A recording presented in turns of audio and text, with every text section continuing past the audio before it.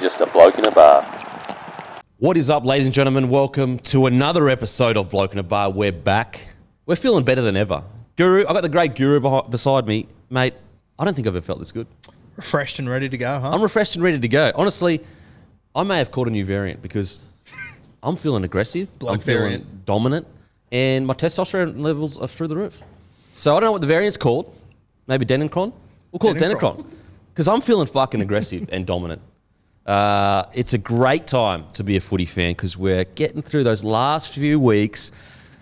Guess what? About 4 weeks until the first All-Star match. Mate, I think Matty said it best last night. The cricket finished and he said it's footy season. Yep, I mean, fair. Let's just get it done. Let's put fucking some more trial matches in. Let's play like really obscure local areas, like Logan versus fucking Bankstown, and make that an all-star match. How about that? Let's just get start January 1st, season starts, and we get 8 trial matches in before the season starts. I think that's what we should do. I'll speak to Vanandis. I'm sure he'll be keen on that idea.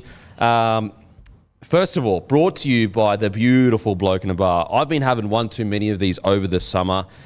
Crisp, easy drinking. And I tell you what, watching the cricket with a bloke in your hand, that's the dream. That's the dream. I was listening to the Weeknd's album, the Weeknd sound, and there's a poem at the end of it, and it said, you got to be heaven to see heaven. And when I drink a bloke, I feel like heaven. And then I see heaven. So if you want to see heaven, like the Weeknd, well, it's Jim Carrey actually that said it. It's on the outro. Great track. Great, actually recommending CDs. That's how old I am. I just said CD. CD. The Weeknd, absolute banger of a CD. But these are the stores that are in the spotlight. G.A. Ritchie's, Ellamore Vale, St Kilda Hotel, Armidale, Tats Hotel, Inverell, Coogee Cellars Bottom Line, the great Coogee. If you don't go to the Coogee Pav, stumble on down to the Coogee Cellars, I'm not here. IGA Blaney, Newcastle Celebrations, N17 Burger Company in Port Douglas, Legends Forest Hills Wagga, Celebrations Aspie Perth, Belvedere Hotel Woody Point, and Saltwater Creek on the Gold Coast. That's my stomping ground, the local country boy of Mudgeeraba. And also, Falvey Celebrations Superstore in Goodna has found some bloke in a cardigan cans. They are limited edition. We will never make those again. So if you want to get down to there. But we've got some huge news. All of Newcastle yesterday, basically, I heard the Novocastrian heartbreak across. It was almost a seismic shock. Brailey, Achilles injury, 4 to 6 months out. Is this the worst possible timing? Yes. For Newcastle, imagine. Yes. Like not even season 22 franchise wise. This is for those playing at home. KP, he's got until I think it's round 16. I think it's June 30th. He has to make a decision. Does he stay for another 2 years or not? It's in his favour, and it looks like Brailey's going to be out for that entire time. I was worried without Pearce and Brailey. Serious Barney. Like, I cannot express the Barney that Newcastle are in right now because, as we've already discussed, the first half of the year, their whole MO was re-sign Kalen Ponga, and it was already a huge uphill battle. And then to lose Brailey, who was also your captain or co-captain, it is absolutely, when they're already light in the halves area, like that was their whole concern with the Knights was, they don't have a spine that is played together, that is a recognised 7 or 6. Obviously Clifford is developing. To lose Brailey, who I think actually had probably a career best last 16 months. I thought for the first half of last year he was a top 5 hooker in rugby. He was really good. That was off an ACL too. Exactly. What he could have done this year, it's heartbreaking. Yeah, because he was playing some good footy at the Sharks, especially towards the end there. Then obviously he did his ACL. But when he came into Newcastle, they looked like a different side. Yep. They honestly look like a different side. What are your thoughts? I mean, how dramatic is this? Are we talking this could hurt the club for the next 4 to 5 years? And I don't mean in the sense that it's going to hurt the club because they play poorly for 1 year. I'm talking about the fact that this is another obstacle in not re-signing Kalen Ponga. So when you think about the Newcastle season, and Matty can probably deal with this, but the first 8 weeks, they play 6 top 8 teams without Brailey, without Pearce. I think they play Roosters round 1. I think they've got the Cowboys and the Dragons. They're the only 2 non-top 8 sides. Cowboys, they play in North Queensland. I mean, if it wasn't for a barbecue last year, Dragons potentially sneak into the 8. Like it is a tough draw. And then, I was talking to the NRL physio the other day, and he was saying that Brailey, best case scenario, comes back 5 months. Sort of did the maths. 5 months puts him at about round 13 or 14. Yep. So let's say he plays 3 weeks before KP has to make this decision. They go by Penrith, Canberra and Canberra. Far out. I was looking at their draw, and I wouldn't be surprised if by the time KP has to make that decision, they've won 3 games of football. It is a tough draw. Do you think that Newcastle have gone from we need to re-sign KP in the first half of the season to we just need KP not to sign with someone else for this year? You know, just get on the free market and then have a crack at him at the end of the year if we go well. I thought it showed last week when the CEO came out and, the rumours spread about KP's old man getting a job. Yeah. And he came out and said, we're going to sue the arse off anyone that... That was aggressive. Very defensive. Yeah. Very... Sort of looks like you're already on the back foot there. So now that this has happened...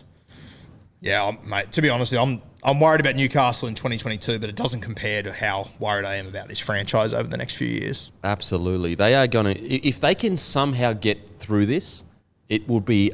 masterpiece, like an absolute masterpiece by the admin to be able to keep Ponga, get Brailey back on the field, put some wins together towards... I mean, who knows? Maybe there's a rookie that's going to come in and kill it. We never know. But... I would also argue, I think Kalen Ponga at his best could get them through this. Yeah. But I don't know if he's at the point in his career where he's ready for... And that's no insult to KP. He's young. He's not a 29-year-old footballer. He's still young. So it's... I honestly don't think there could be worse timing. When I didn't believe it. When I saw the news, I was kind of like, surely not. Like, there's no, 4 to 6 months, that sounds outrageous. Like, how did you... And then obviously there was a few people that posted about it, and that's when you kind of know, like, look, this looks like to be confirmed. But it is... for Brailey personally, he'd come so far. He'd come so far from a player that, he was good... But he developed into a leader at 24, 25 years old? It is absolutely devastating for the Knights. And I truly take no pleasure in the fact that they are in a really tough spot. I mean, we were already kind of saying, I don't even think KP is going to stay, even if they have everyone on the field. Like, even if Mitch Pearce stayed, Brailey was fit, I still think they would have faced a massive uphill battle. I still think KP would have looked around and gone, Pearce is 32, 33. Absolutely. It's not going to last forever. Yep. Yeah. At the same time, I hope I'm wrong. I hope I'm so wrong and I miss the mark by a mile and KP re-signs, but I don't know. The optics aren't great. I totally agree because KP is... He's essentially the biggest superstar in our game. When you look at all the metrics, his Instagram, I know that's not the only metrics, but he is a brand bigger than, probably any... That stuff matters more now than it ever has. Maybe like you've got like a Latrell Mitchell who's a massive brand, but obviously very polarising figure. I don't know why, but he, obviously he's my mate, so I'm biased. But Kalen Ponga, on the other hand... some people, I guess, get polarised. It's mainly out of jealousy because he's, a young, good-looking kid that's killing it. But he is quite not universally loved, but his fan base is just kind of like a rabid fan base. So for a club like Newcastle, who has really, really struggled basically since they lost Joey, to lose their next shining star that was such a bright... How do they recover from that? I think it shows how hard... Because I look at that Newcastle... I love their front row. I love their back row. Absolutely. They've got 2 strike centres. They've got good outside backs. But when you don't have that spine, it's almost irrelevant, all the rest of it. Absolutely. Like you can compete, but you can't... Like, you're missing the cake. You've got the icing all around it. You don't have that spine. You're in serious trouble. So especially with the standard of the game now. You can't just get away with, we've got 2 hectic back rowers just going to punch holes through you, because they're really not. You need to be picked apart these days. And where does that come from? It comes from the 9. And what's even more ironic is I almost feel with the rule changes, the 9 has become even more important than it used to be. Whereas when the ruck was slow, you could almost have a 9 that did his tackles and just gave good ball. Whereas now the ruck is fast. You need an elite hooker making high-end decisions constantly, like over and over and over. When you look at the Knights and then you look at, like I say, a Storm who have Harry Grant and the Cheese in their squad, right? It's almost unfair. It is. And I mean, the domino effect in 2022 is now who's going to play hooker? I think Chris Randall will, but I don't think he'll play 80 minutes every week. Is it Kurt Mann? Does he go? All of a sudden, Kurt Mann has to be the 14 to play a bit of 9. You've lost him as an option at 5'8". Yep. Now you've got to find someone else to. And if they have one more injury in that spine, like what if KP goes down at some point next year, which he missed a heap of footy last year? Yeah. What a Newcastle? Yeah. Where are they scoring points? You're totally right. And I mean, when you look at so let's say you've obviously lost Brailey, so you go Clifford and Phoenix Crossland. That's a young halves pairing in a club that is already trying to build something. Also, Adam O'Brien, he must be going, fuck. Like, everything he's gone, he would come from the Roosters, and rightly so. He took the head coaching role, as you would want to do. That's what you want to progress. And he's walked into a club expecting that he could take the same things that happened at the Roosters, just apply it to the Newcastle Knights, and had a really rough, not a really rough first year, because they still made the finals. It hasn't been shocking, but I think that he just hasn't reached the heights that he may have thought he has. But he has also been extremely unlucky, like the injuries in key positions constantly. That's the NRL though. At the same time, it's brutal, but it is what it is. I was just thinking too, when KP's got to make this decision, the 3 weeks before that, he's going to be in Origin camp with other rep players or at other clubs, talking to them. And that's big because... You almost don't want him to get picked if you're the Newcastle Knights. Honestly. Because you don't want him to go and talk. Yeah, that's... Put it this way. I know multiple big signings that have changed their decision after speaking to people in Origin camp. Because that's where the cream of the crop, they know what's going on, they know what coaches like this, what club is like that, they know the right and wrong decisions. So you're totally right. Him going into camp and, maybe being... here's a good example. Let's say for some reason, and I'm just going to use Cameron Munster because that's an example. I'm not saying that this is going to happen. But let's say Wayne has had a vague conversation with Cam Munster and then KP goes in to camp with him. And all of a sudden they start talking to each other. Hey, bro, are you going already? Maybe. Like, this is just a scenario. I'm not saying it's going to happen, but this is how it happens. Where two superstars come together and say, let's fucking do it, To add another layer to it, I would put money on that Wayne is calling Felice Kafusi and saying, when you're in Origin camp, sit next to KP at every lunch, breakfast, dinner. Absolutely. Sell it as much as you can. Yep. That's going to be the scariest thing when he leaves Newcastle camp, walks into that State of Origin camp. They're building a new franchise in Queensland under Wayne Bennett. Once again, with all due respect to Adam O'Brien, if I've got a phone call from Wayne. I mean, it's essentially every coach. It is what it is, yeah. Yeah, every coach except for maybe Bellamy and Robinson. But even, what's crazy is even Munster was wooed by that Bennett magic. Even Munster coming out of that Queensland camp was kind of, in awe of, Wayne and how well he had treated him. And that's a guy that... he's going back to Bellamy. He's going back to Bellamy. Yes. So, crazy times at Newey. I really hope that they pull through this. This is what I hope happens. A young guy comes in, he blows the scene apart, and we go, holy shit, how good is this young hooker? I hope Clifford continues to develop like he has. I felt the last 10 weeks of his season was really good. Well, not really good. I thought it was good. And I hope he continues that development. And I hope Kalen Ponga, arrives as not the young kid with talent, but, okay, this is a franchise-defining player that can truly take a franchise up into that top finals footy. That's what I hope happens. Do I think it's going to happen?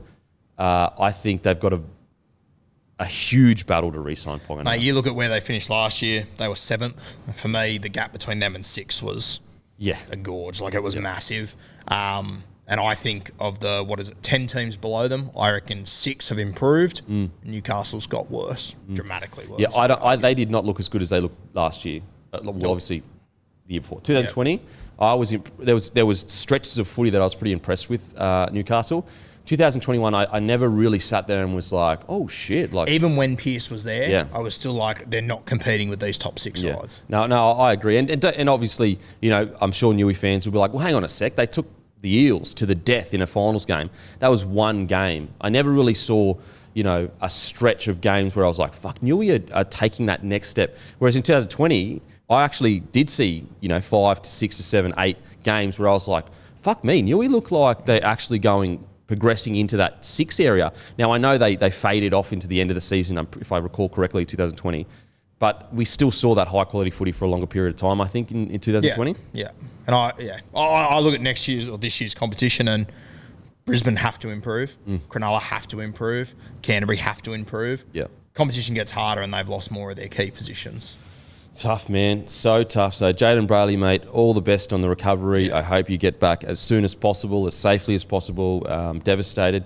Now, on to the young... Well, he's not... I mean, he is still kind of young. He's 26, I think. 26, yeah. Ash Taylor upgraded to a full-time gig in the Warriors. I think this is great signs for... this is absolutely great signs for the Warriors. You know what's crazy is... And first I'll ask you, what are your thoughts on the Taylor getting that upgrade? I love Ash Taylor. Always been a big fan of him. I always think about the best juniors I've ever seen, and Ash Taylor's a top 3 for me.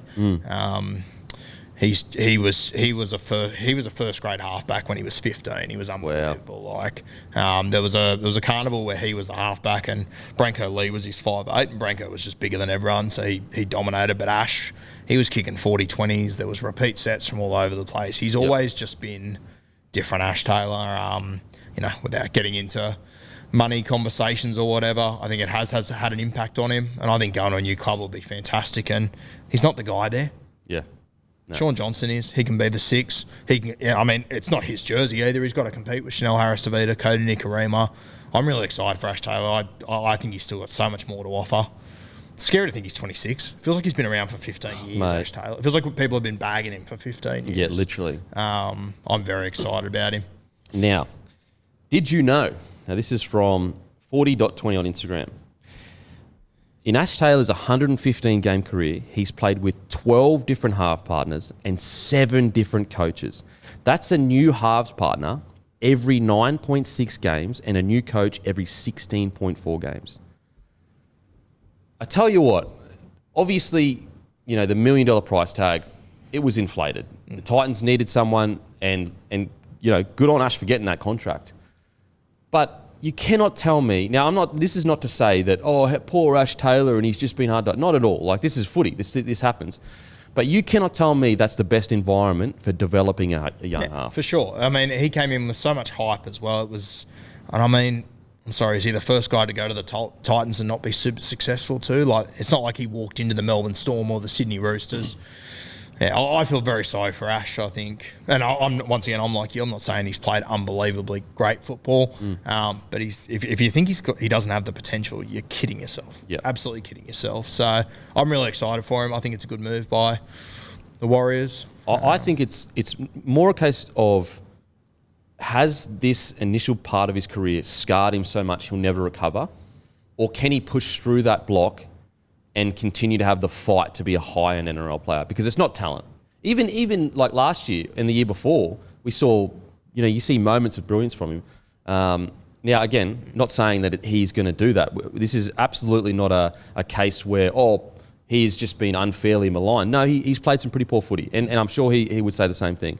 But at the same time, he did have a couple good years, and the environment that he was coming up in, not a very good environment. So I think this is great for him. Great news. I think it could go either way. Yeah, absolutely. But I'm all for supporting Ash Taylor, always have been. So, yeah, I think if we get the very best out of Ash Taylor, it's a win for rugby league. Absolutely. And a win for the Warriors. If they can get a high-quality half doing his best, like, that would be fantastic for the Warriors. Absolutely fantastic. So, who knows? But the positive is we're seeing some progress. It's not like the Warriors, he got down there and they were like, oh, man, no way, this guy's done. And you know what? At the very worst, he's on a minimum contract and he's a reserve grade half coming in, filling in for you.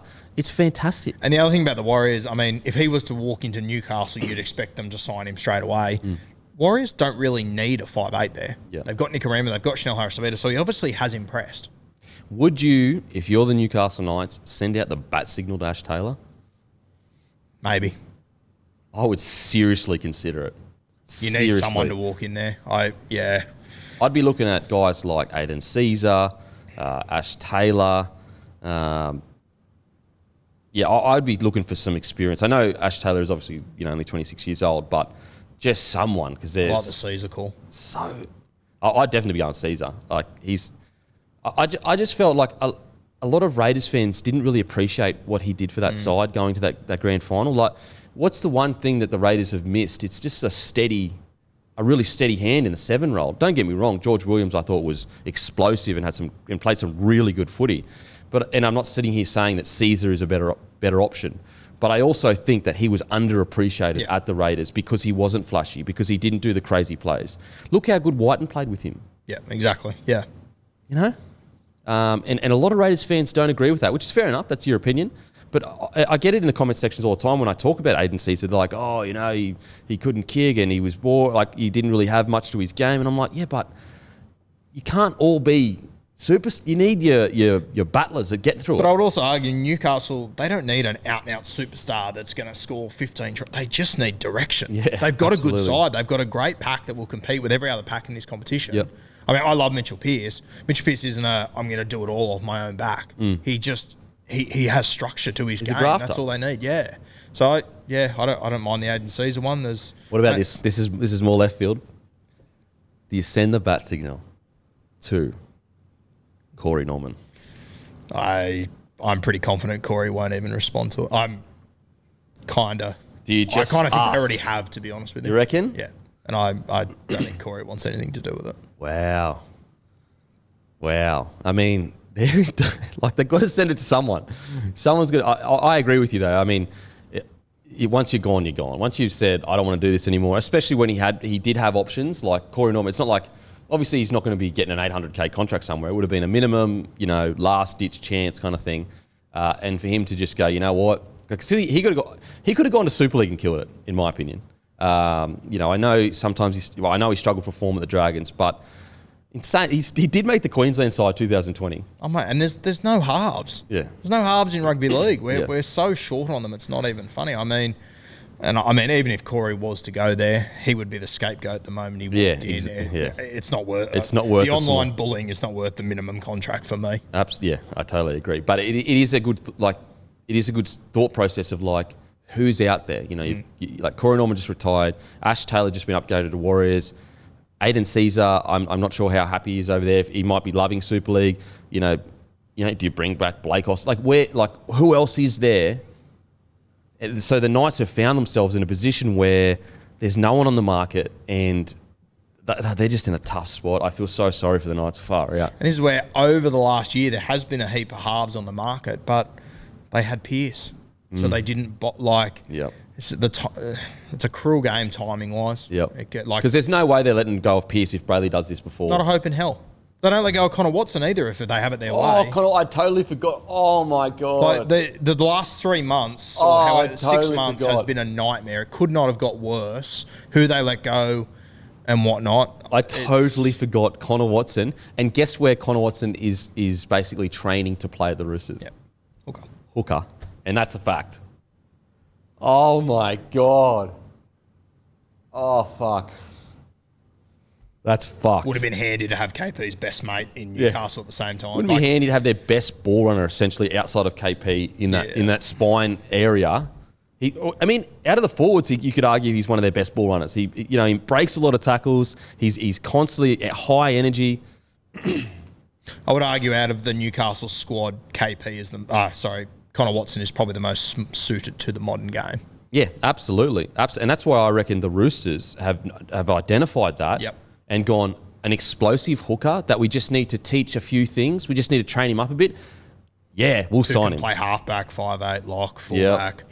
Yep. Second row if we were desperate. I totally forgot about that, man. That is fucking crazy, man. It's a shit fight. I feel so sorry for the Knights. That is. All right. Now, this is really interesting because it gets worse for the Knights. Well, not worse, but... maybe it does. Starford To'a, who I fucking had a lot of raps on, big, powerful boy. You get him in a good system, he's going to be good, real good. And I'm sure if I remember correctly, he was made the all the junior rep sides, everything like that. I could be wrong, but if I remember correctly. And when he did play, he looked strong. Like he wasn't, he's developing still, very young, signs with the Tigers. First, we'll just go through the Newcastle's pain. Do you think it was good to let him go because they've got guys like Dan Gagai, Bradman Best, Anari Tuala, Heimel Hunt? There's a few guys there. I think Edric's still there. This kid can play though. His upside is quite substantial. Well, he played fullback coming through the juniors. Okay. And he was really handy at fullback. Might need a fullback in 2023, let's be honest here. So, but yeah, I think we're scratching the surface of what To'a can do. Wow. And so he made all the rep sides in that coming up? Yeah, I'm not sure. I'm not sure with rep sides, but I saw him play for Newcastle when he was coming through, and I'd be shocked if he didn't make the rep teams. Yeah, okay. He was very handy. Okay. So, and he was always playing fullback, and yeah. I mean, I think a lot of the time he played on the right wing for Newcastle so far in his career, and mate, you could get a cold on the right wing for Newcastle because they're so left side dominant. So I really don't think we've seen enough of him because To'a sort of strapped down that left edge. So good signing for the Tigers. There's the one spot I was a little bit worried with the Tigers, their centres and everything, but I think he'll be a good little get for them. I think it's great. I think Tigers, their fortunes have just flipped around. All of a sudden, you've got a young gun like To'a willing to go there as well. I think it's a great signing, a really good signing. Ads, what do you got? Starford To'a played Aussie Schoolboys and got man of the match. Aussie Schoolboys got man of the match? Yeah, and he also played Junior Kangaroos. Could be worse. What was it? Was he playing fullback? Can you tell? It doesn't say here. I can find out, but it doesn't say here. Fuck.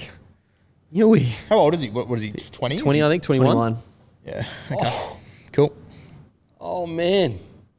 That might be the first sign. Tim Sheen's been involved in the Australian Schoolboys for a while now. That might be him also starting to pull his throw his weight around? Yep.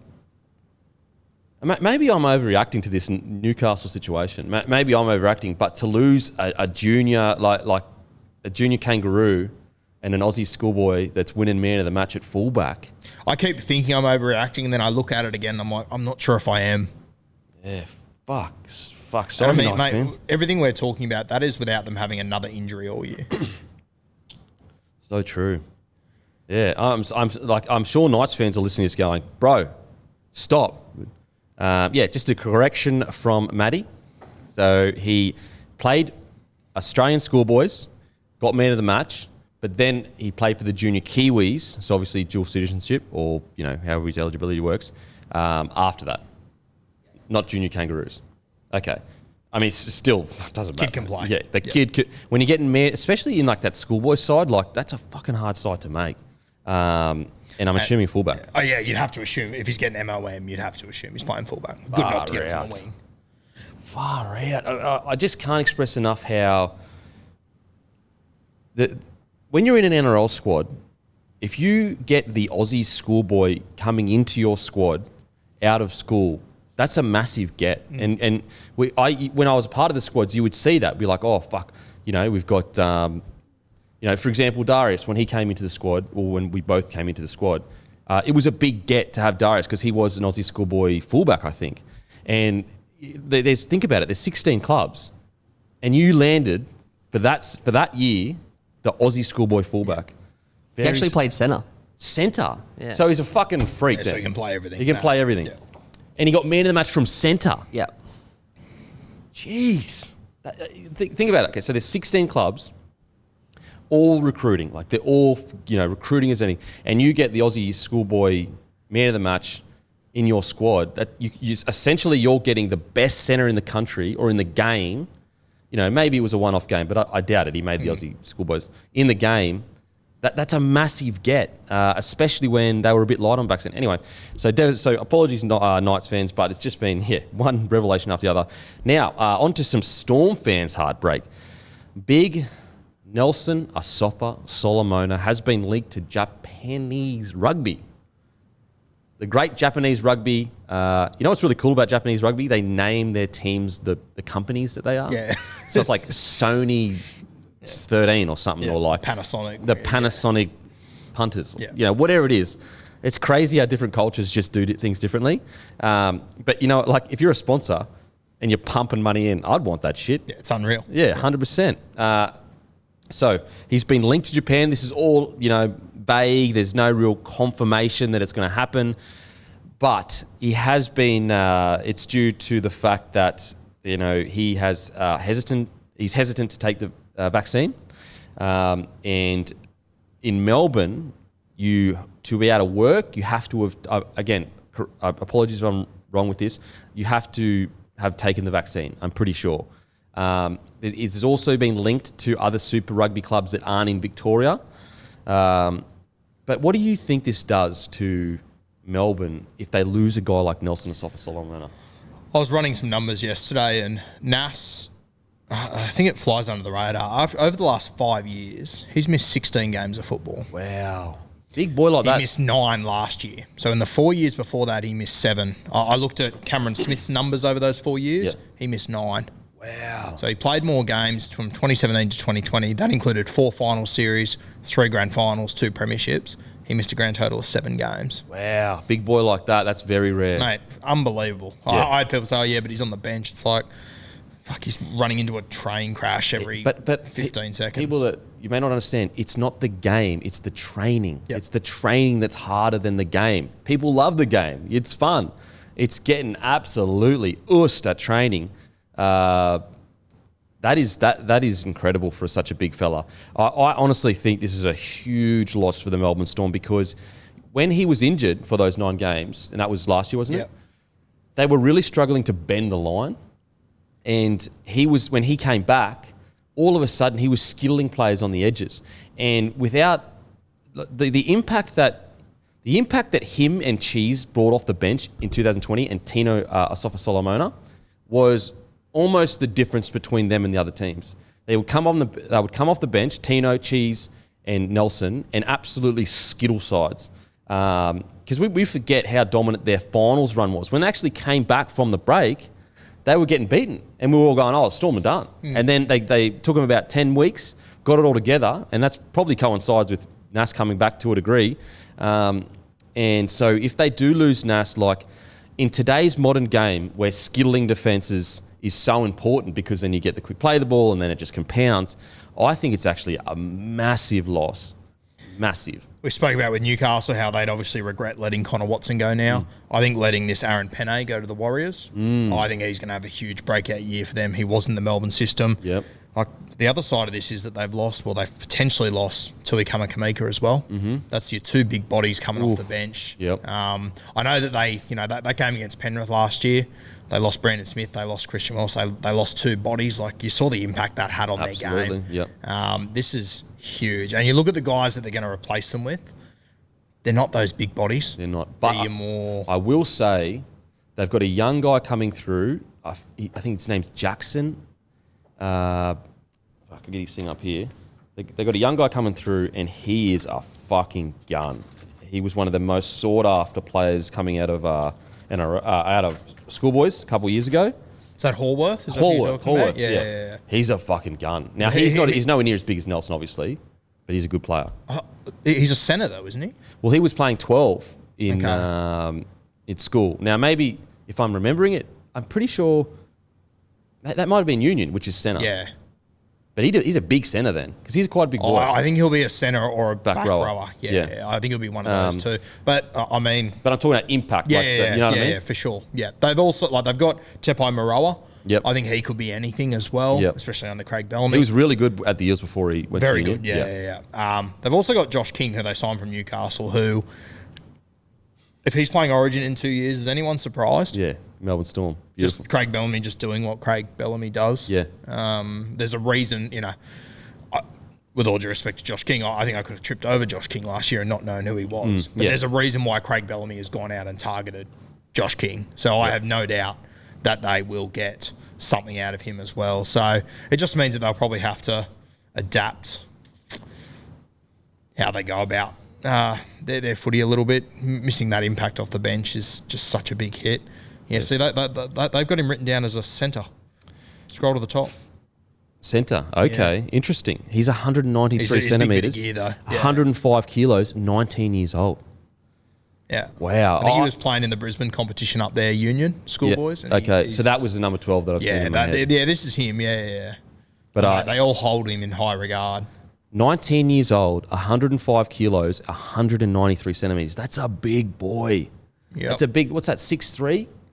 6'3", 19. I mean, he'll end up at 110. Yeah, for sure. Yeah, I'm really bullish on him. I was really impressed with when I watched his highlights. The way I saw him play, and I could be totally wrong, and I mean, actually, you know what? I'm definitely wrong, because if they put him as centre, they're right, because it's Melbourne Storm. But I actually think laterally in the NRL, he's probably going to struggle a bit at centre. I could be wrong, totally wrong. But I think his body is more suited for a back rower. When I watched his highlights, it mirrored Angus Crichton to a T. That's a perfect when example. He was at Scots. Totally. It was the exact same. Absolutely. And he's bigger than Crichton too, which is crazy. Unbelievable. Him at centre, I just don't know how he would go up against, say, I was going to say Tom Trbojevic, but who's going to go? I just don't know how he would go laterally in the NRL, because it's so explosive out there. Dane Gagai, for example, he's in saying that, if there's any system for him to come into, this totally, is it. Totally. But yeah, I think this kid's got huge potential. But for me, he doesn't fill that void of a Nas and a Tui. It's a different kettle of fish. I mean, mate, if we don't see, if Nas goes, you got to remember Brandon Smith's leaving at the end of next year. Totally. There's a lot of momentum going out of that side. The way I see him filling the void is kind of like Angus Crichton. The Roosters don't really have a big Nelson that skittles defences, but they got an Angus Crichton on the edge they get to a lot, that gets quick play. It's just such a good ball runner that gets quick play balls. And that's why in my head, when I thought he was a back rower, so he's a centre, so this is all bullshit now, but in my head when I thought he was a back rower, and the way I had seen him run, I always imagined that they would be doing a lot of two-pass shifts, hitting lines and then going again, instead of just relying on Nelson to do it. But you're totally right. When it comes to the exact same game plan, he isn't a like-for-like. And the hard thing is, there are pretty much no like-for-likes when it comes to Nelson Asafa-Solomona in that middle. There isn't, yeah. They've played that much football as well on top of that. Isn't it crazy blokes are born in 2002 now? Yeah, absolutely. He wasn't alive for the Olympics. That's crazy. Good thought too. Yeah, he's a good-looking rooster. Fucking hell, eh? How shit's life? You're out in the Storm. You're 193 centimetres. You're 105 kilos. Shit life. Anyway, so Nelson, I think it's sad, man, the way it's happened. If it was just like a big contract, I would obviously, that's just footy. But I just think that these, and we're not getting into it. We're not getting into it. I just think it's sad because he's been so good at the Storm. Are we worried about Melbourne? Now, I've been saying this for a bit now, and not the same as the the sky's falling. They lost Cameron Smith. They lost Billy Slater, Cooper Cronk. My concern is these off-field things that just seem to be piling up at the Storm. And don't get me wrong, Bellamy, one of the GOATs, he'll be able to turn it around. But this is new territory. They've dealt with losing good players. We all know that it doesn't matter how good the player is, Bellamy will replace that. But this cultural shift and this generational shift, that's his biggest battle. It's battling this newer generation that just don't have the same values. That doesn't make them worse people. They just don't value the same things. Now, don't get me wrong. Bellamy has been able to adapt over a long period of time, but it does seem to be a much different club to what it was even 12 months ago. And I wouldn't even say that it's creeping in. They seem to be getting in as much trouble as other teams. Yeah, now. Totally. I mean, for the 10 years before the last 18 months, Jesse Bromwich got in trouble once. Yeah, and outside it was a massive deal. Yeah, it's huge. It's massive. Outside of that, I can't, outside of the salary cap or whatever, I can't really think of any other. Yeah. Well, salary cap is not really, it's fucking... Different kettle of fish, yeah. But outside of those two issues, from the last 10 years, I can't really remember anything else. Yeah. It's no the Melbourne Storm it's all over. It's none of that rhetoric, but it's just there is a new challenge at the Storm. I mean, they could really struggle and finish fourth. Realistically, they could be a shit Storm by Melbourne Storm standards, and they finish fourth. Yeah, it's going to be interesting. It's going to be really interesting. Look, I think that they're really fortunate to have guys like Pappenhuisen, guys like Munster that has obviously made his mistakes, but it seems to be that he's really turned the corner. You can see his body shape, you can see the way he's talking. It's almost like it was the nail in the coffin of like, there's no more stuff ups from Munster. I honestly think the Storm, if Munster, let's say, stuffed up again, I think they'd struggle to keep him, because at what point do you go, mate, this is not the Storm way? I think with Munster, and people think this is outrageous, but there was a moment in Brad Fittler's career where he came back in the year 2000 and gave up the drink, got really focused on his rugby league and went to 4 grand finals in 5 years, won that premiership, whatever. And I'm not saying Munster's going to do that, but the signs so far show me that if Munster's ever going to have that brain it couple of years, it's going to be the next few years. Absolutely. For me. And, we can talk about blokes getting in trouble, blokes leaving, blokes this, that, the other. If Munster is the best player in the comp next year, it doesn't fucking matter. Absolutely. No, you're totally right. When watching what he did in Origin, and he wasn't even clearly not at his best, he was fucking on bend pretty much before it.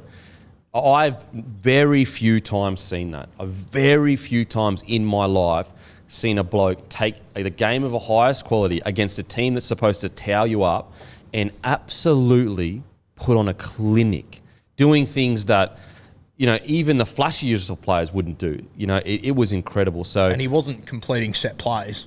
No, he was just all himself. Playing off his head in State of Origin, dominating. That try where I think he kicked it 3 times in 8 seconds. Incredible. From one corner to the other. It's scary what Munster could do over the next few years if he puts it together. I mean, we're talking about Melbourne maybe struggling. They got the 2 best hookers in rugby league. They got a top 3 halfback. They got a top 3 5'8". Top probably 5 got a top fullback. 3 fullback, 5 fullback. Yep. Centers are damn handy. They got young kids coming through that we're excited about. Xavier Coates that's probably going to fucking Xavier Coates go through the roof. Could you imagine how good he's going to play? I think this year Remus Smith will play on the wing, which is where he probably should be. I think he also improves out of sight. I think the other thing too, you got Brandon Smith leaving the end of next year. You got Felice Kafusi leaving too.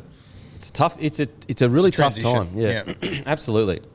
It's a really tough time because not only you battling your salary cap, you're battling this new generation that just sees things differently. Even me, like I see I used to see things way differently to the kids that are coming through now. Like it was just a different time. So I think Storm, I think they'll handle it, but I just think that's their challenge, is this new culture and a new kid that you need to speak to and manage and all that kind of stuff. That's the reality. The game around the game has probably changed more than it ever has in the last 10 years, I reckon. Absolutely. Now, we are going to get into the squads. We're only going to do the first 8 today, but don't touch that dial. Don't touch that dial. We'll be right back after this break. Bloke at a bar. No, not a radio show. Anyway, I just fucking had an aneurysm. Now, we're going to do the first 8. So if you aren't going to say a team, still listen, because we may refer to them, players that have come or gone from there. But first, we are going to go the great, the mighty Bulldogs. The Bulldogs basically have an average experience of 72 NRL games. They've recruited 6 players, if I'm reading that correctly. Their average age is 25. Their total experience is 432. That's their recruitment. Just in the second row. Oh, just in the second row. Position by position. Yeah. I was going to say, Matty has gone unbelievable overs here for you. So brace yourselves. Fuck me dead. Sorry, I can't believe Matty has a girlfriend looking at this. Yeah, just quietly. I can't believe Matty has a girlfriend, period. Okay. So we've got their back row, their average experience is 72. Their props, average experience is 81 NRL games. Their hooker, average experience is 38. And we've said for quite a while that is a sore point for them. Obviously, Reid Marnie coming next year is a great buy. Their lock, average experience is 38 NRL games, average age 25. The average age for their props, 26. Fullbacks, average experience is 65, average age 24. Wing, average experience is 49, average age is 24. Centre, average experience is 25 games, average age 21. Halves, average experience 28, average age 21. Now, that's the standout, isn't it? Yes. In their 2 key positions, halve and hooker, their average age is 21 and 38. 24, yeah. Average 24. Age 24. And their experience is low. So the average experience in the halves is 28 NRL games, and the average experience in the hookers is 38 games. So when you look at that squad, we'll go the positives first. It's young. Yep. It's a lot of room for growth. If you can keep this team together and grow it like the Penrith Panthers did, it could, the next 4 or 5 years could be fruitful. The negative for it is that no matter who you recruit in the, you've got the great recruitments in, Vaughan and Tavita Pangai Jr., you have all these great recruitment, Addo Carr. If your halves and your hookers are super inexperienced and super young, it doesn't matter. Yeah. And if they don't play well. I think the number one thing that stands out for me is Matt Burton. He's 29 years old. He's got 32 games. People talk about Matt Burton like he's played 150 first-grade games, And he's a freak. I'm not denying that. He played unbelievably well. But the reality is he played centre in the best team in the competition, on the best edge in rugby league that won a premiership. Shifting to the wooden spooners playing 5'8" is a very, very tough gig. Without a 7 locked in. Yeah. Even if he had a 7 locked in, it's not Nathan Cleary. Yeah. So it becomes heaps more difficult. Yeah. Now he doesn't have a 7. His last half partner was Jerome Luai, the 6 for fucking New South Wales. Yeah. A premiership winning 5'8". So Origin series winning 5'8". And, I mean, his halfback seemingly is going to be Jake Averillo.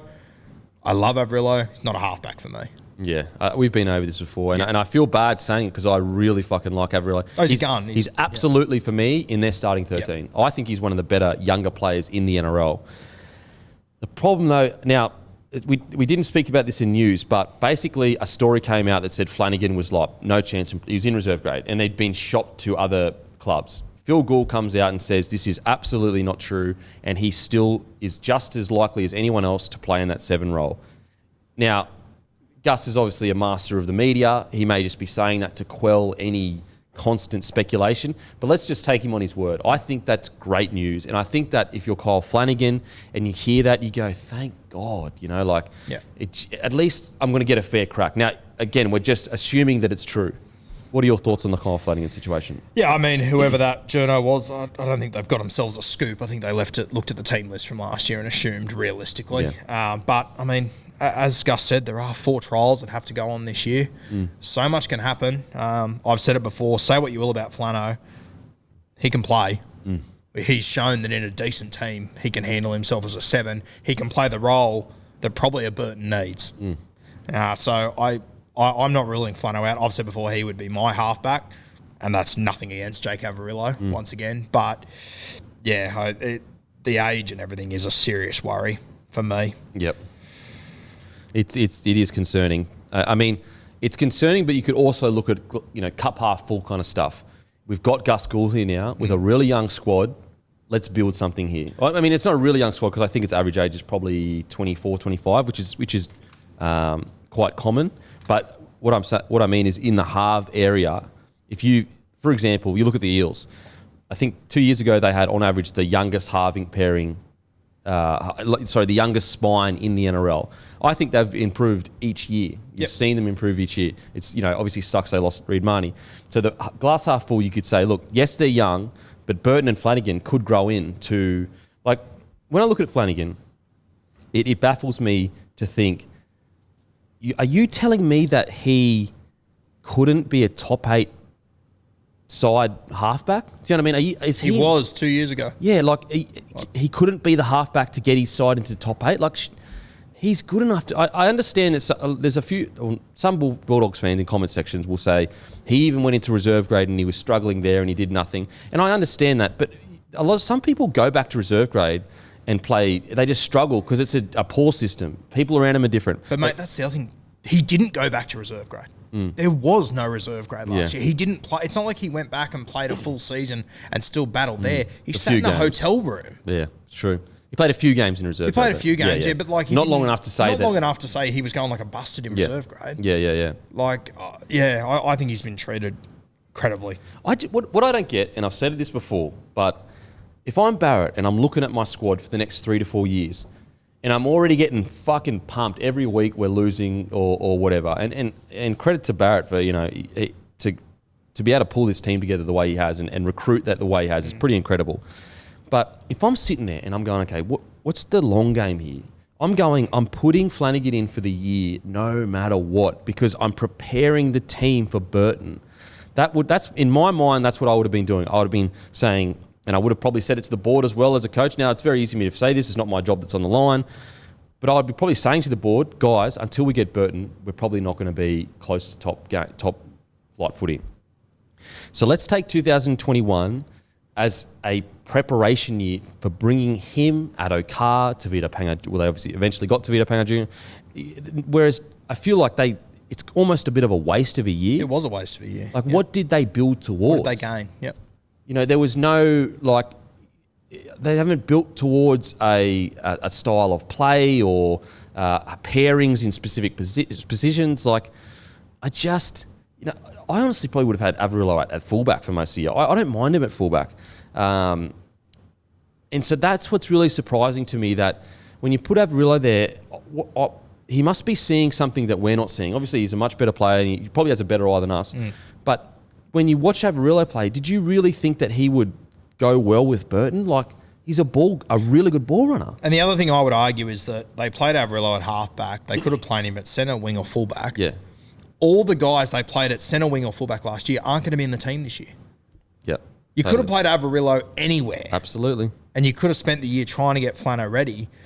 I don't understand the process. It doesn't make sense to me. And I really hope that people don't turn on Burton by halfway through next year. Yeah, it's going to be he's walking into a very tough situation. I actually think, and it's going to sound really poor, I apologise, Doggies fans. I'm happy for him that he's only signed, I think it's a 2-year deal? Or is it 2 or 3? 2. 2. I think it's 2. I think the third's in his favour. Okay. So that's why. So that's why I'm happy for him, because it's not a 5-year deal where he's just like locked in, and he can kind of, if he gets there and it struggles, and he can kind of like, much easier to manoeuvre out of that contract and move on in life. Whereas if you've got a 5-year deal, it's all guaranteed. Very hard to make the decision of, I'm going to take a fucking 3-year pay cut of $1 million. You know what I mean? Yeah. Now, I hope that doesn't happen, because Burton is something special. But it is concerning. Now, when you look at the centres, what's interesting is they only have 3 centres in their squad, like specialist centres, and 4 wingers. But none of those wingers, except for Braden Burns.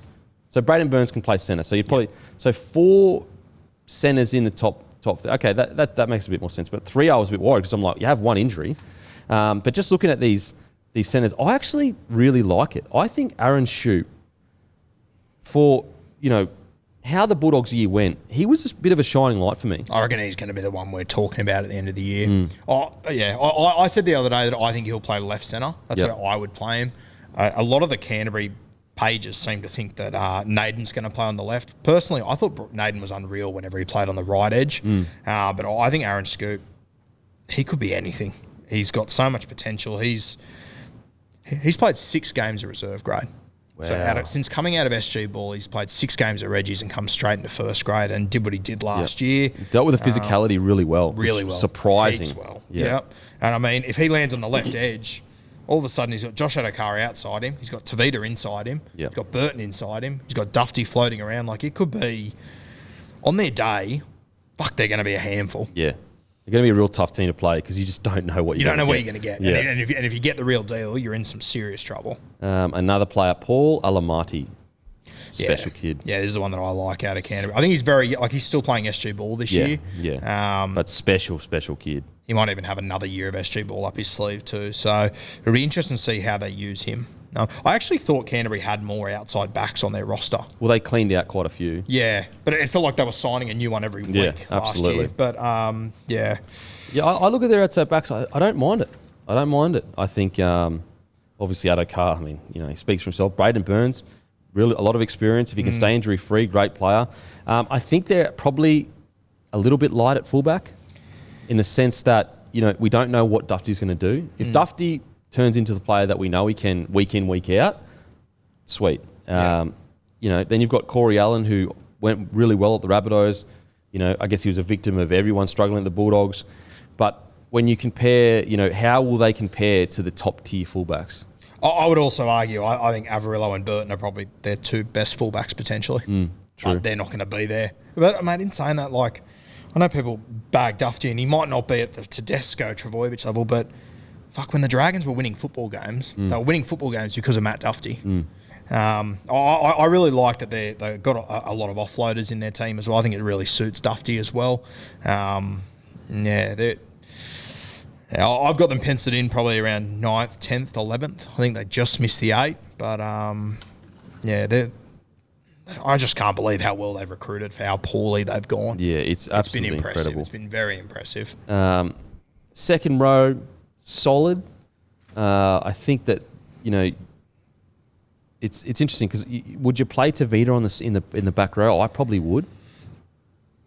Sounds like he'll be on the left edge. Yeah, so we've put him at prop here, but I'd probably play Tavita on the edge, especially because you've already got Vaughan, Thompson, Hetherington. Like that's a quality front row rotation. Yeah, what do you do? Do you play Josh Jackson on an edge or at 13? Oh, definitely on an edge. What about when you get Raymond Faitala-Mariner back? It's true. Raymond was one of their better players in 2020. The problem with Josh Jackson at 13, I just think that, and don't get me wrong, he's almost a legend of Bulldogs. I know they haven't had the best success, but his high quality games week in, week out are incredible. My only concern with the modern game is that inability. He can ball play, but nowhere near to the effect of a Cameron Murray, a Victor Radley, a Isaiah Yeo. The new game, like the old game, 2008 to 2020, he was a great 13 because he'd just get through a fuckload of work and offer high quality. My concern is that they don't. Where's that ball playing? Asiata got signed and then obviously. I reckon that one could be a real stinger. Yeah, because he was the guy that I would have put at 13. Yeah. I really thought that he could be the link man. When I look at this squad now, the guy I see for 13, and I know he won't be there, but Jackson Tapine, I think he would play that role. Do you reckon he's a bit too small though? He's pretty small. Maybe, but as in like relatively speaking. Yeah, but I mean, when you compare to the rest of the size of the pack, I reckon you can give away a little bit as your link man. That's fair. But yeah, I'm not sure how. I think I like him more than Trent Barrett does because he doesn't seem to use him that much. He uses him as a hooker, doesn't he? As a exchange. Yeah, but he doesn't even use him that much. Like he was sort of in the similar boat to Kyle Flanagan last year. He didn't pick him a heap, so.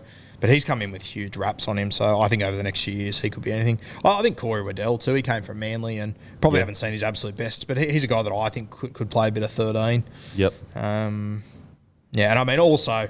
You look at this experience in props. The average games is 81. It's because Luke Thompson's only played 25 games of NRL. But you throw in, I would assume it's 150. Yeah, I don't mind their front row prop. Yeah. I actually think it's quite good for where they're at on the table. Yeah. I agree. I think when you look at this squad, that's why I'm so surprised that there wasn't plan like last year.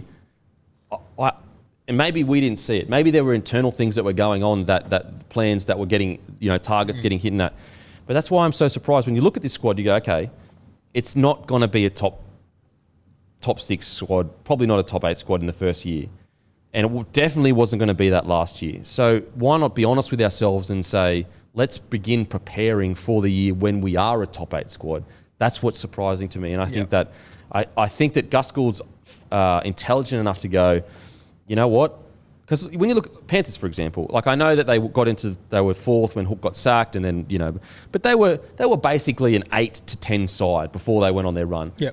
But you could see the plans being put in place. You could see that direction that they were heading in.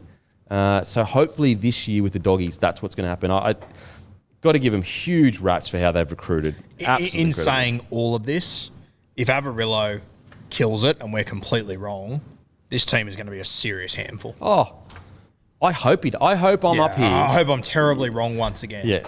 I hope I'm up here halfway through the year going, fuck all me. Over our face. I was totally wrong about Averillo, and Trent Barrett, who was a fucking great fucking footy player, knows more about footy than me. Surprise, surprise. I truly hope I'm saying that. I truly hope I'm saying that. Now, on to the great Broncos, the ambush season. It's upon us. We are here. I'm allowed to tell you guys now, over the last few years, I wasn't allowed to tell you that 2022 was the year of the ambush because, we got deep. We had a lot of meetings, a lot of high-level meetings, huge NDAs signed. These are $1 million meetings I'm talking about here, boys. $1 million meetings. But I've finally been released from the NDA, and I can officially tell you that it's the year of the ambush. Fuck, you played your role well. Good God. The year of the ambush is here. Now, in the second row, average experience is 28, which is very low. Average age is 22. Props. Average experience 67. Average age is 26, which is quite surprising because you wouldn't associate that with the Broncos because they've been so young so lately. Hooker. This has been bugging me ever since Anthony Seibold let go of Andrew McCulloch. In a top squad, you need more than one hooker. I don't understand why the Broncos... I know that Corey Pakes is a utility. Is he in that? But he's probably not... So he's not. He's probably in the extended squad then because he's not on this list. Yeah, there's no developments on this list. Yeah. There's They no let Andrew developments McCulloch go twice. Yeah. Twice. And that's what I couldn't understand. Is like, don't get me wrong, Turpin, good developing player coming through, but you need more than one hooker in your squad. Yep. I don't get it. I do not understand. Remember when Alex Glenn was jumping in at 9 for a little bit here and there? It was just like, what? What are we doing? Yeah. And this is when we talk about squad balance and how much one bad year of recruitment can just implode your whole squad. So huge concern. The biggest concern for me for the Broncos is the fact that we only have one full-time hooker. I know Corey Pakes, but Corey Pakes when he was coming through was just a utility. Yeah. He's been trying to mould him into a hooker, which is great. Like I think they've got Matt Ballon there now, which is really, really good. But I really hope that we have another hooker another two hookers in development, than just one. Anyway, on to lock. Paddy Carrigan, Kobe Hetherington. But you have got Billy Walters too. Not a hooker though. He's played a fair whack of hooker over the last few years though. Do you reckon? Oh, fuck, I thought he looked better at hooker than Really? 5'8", to be honest with you. Okay, fair enough. I'm a real fan of specialist hookers. Yeah, fair. Yeah. You know what I mean? I'm a real fan of kind of like fullbacks now. You can't afford to have just a really fast fullback that's a good ball runner. Yep. You need a specialist fullback. I mean, have a look at Melbourne. Even when they had Cam Smith, they always had another 3 or 4 hookers floating around. In a position that is you grind so much and such a high chance of injury. So it's really surprising to me. Now, Look at Newcastle when we take Brailey out. Exactly. Yeah. So in saying that, maybe they've got a couple of guys in the development side of things that... anyway, lock. Paddy Carrigan, I don't think he's a lock. I think he's a front rower, but he can play lock. Gets through a ton of work. Kobe Hetherington, I was such a fan of him last year. I thought he really glued the side together and he can ball play. Their average experience is 30 games, so quite young. Average age is 23. Fullback, average experience 67. Average age is 24. The mail is that Tessie New will get that first crack. I think long term, you're probably going to have Selwyn Cobbo there. David Mead, obviously experienced, really can come in and do a job. Outside backs, players 7, which is, okay, so you haven't gone wing in centre. Okay, outside backs, player 7. Average experience, 79. And their average age is 26. Halves. So we're probably maybe halves heavy. Yeah, there's a lot of halves there. There is a heap of halves. But you'd rather have too many than not enough. Yeah, for sure. I like that Gamble, Walters, Kelly, Mam. Mate, we haven't even got, what's his name on there? Tamari Martin. Yes. So that's 7. That's 7. But that's where I would trade one of this for another specialist hooker. Yeah, fair. You know what I mean? I just think that we know Adam Reynolds is our guy. Obviously, if he gets injured, the thing with Adam Reynolds is if he gets injured, we're fucked. Yeah, you're okay. Like that's just the truth. But that's the vast majority of teams with their halfback, their best player. Except for fucking Roosters. Yeah. Unbelievable. So average experience is 55. Average age is 26. Ezra Mam, a lot of potential, seen his thing. Billy Walters, obviously Tyson Gamble, really liked the attitude that he brought last year. Albert Kelly, a little bit older, but he did a job. Going to be really interesting what the Broncos do, who they partner with Reynolds, because it's not as simple as this is the best player, so put him with Reynolds. He has to complement the way Adam Reynolds plays. So you know what's crazy? I could be totally wrong, but I actually think it's going to be Adam Reynolds that makes that decision. I actually think Kevy Walters is smart enough to know Adam Reynolds knows who's going to be the best Surely player. that makes the most sense, doesn't it? Yeah, surely. He's been around the block enough to know what works for him, what works for his football team. Mate, I really think that Tamari Martin, if he manages to get himself back, I think people forget how good he was. 100%. Totally agree. You look back to 2017, he played in that final series. Mate, he absolutely brained it. Yeah. Absolutely. He scored a great individual try against the Chooks in the prelim. He scored the only try in the grand final. He's done an apprenticeship under Mick Morgan and Thurston, two of the best halves of this generation. Mate, I know it's a small thing, but I see him at training how much he's smiling and enjoying himself. Yeah. I reckon it could be anything for Good tomorrow. signs. Absolutely. It's a great pickup for the Broncos. You get him for absolute peanuts, probably on development role. And if he's healthy, he would be desperate to get back to the top. If Gamble isn't the 6, you've got to have him somewhere, don't you? I think you've got to have Gamble in the side as a 14. I think that you could bring him on. He could probably play a bit of hooker. He could probably fill in at lock. Yeah, that's right. Just the energy. Yeah. You know, I actually like him as a 13. Yeah. I mean, I haven't seen him play there, but I just think the way he plays. He's a footballer, though. You know he's going to be able to. I agree. Now, I just think there's intangible that he brings to that squad that they really need as a young squad. Whereas I look at an Albert Kelly and I think if he's not 6, he's probably not in my team. Yeah, I agree. If he's not the 6 that really complements Reynolds, great running game, bit bigger body now, which is interesting because he started off as a bit of a small body, but he's really very small body. Yeah. But yeah, I totally agree with you. Albert Kelly, it's kind of like you either use him as a 6 or that's it. Whereas a Tyson Gamble, I just think you need to find a way to get him into that 17 role. Maybe put a few extra kilos on him so that he can play that 14 role. Yeah. The problem with a guy like Gamble is like because he doesn't set the world alight.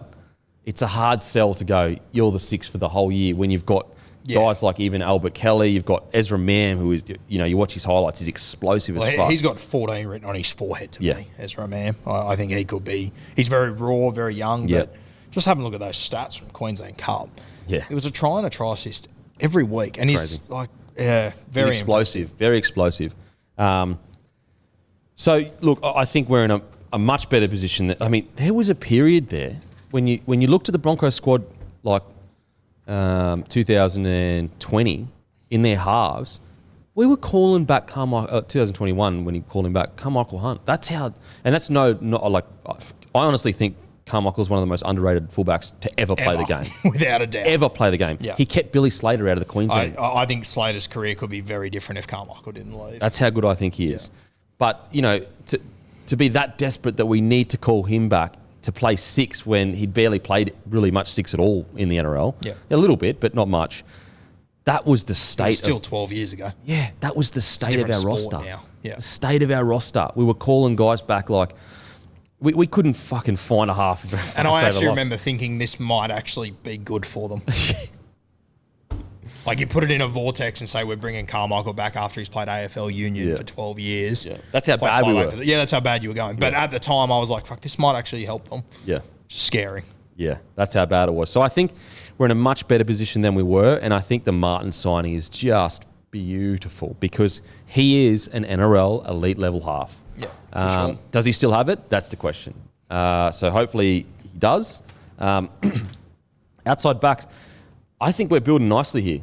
We spoke about it before the podcast, but one of the smokies that I'm a massive fan of is Jordan Pereira. Yeah, has been underutilised his entire career. I know he makes errors. I understand that, but there were periods there, 2018, 2019. Fuck me, he was running the ball like To'a. And people laugh when you compare him to To'a, but he's got that sort of ability. Yeah, he has absolutely. Yeah. Now, he's not.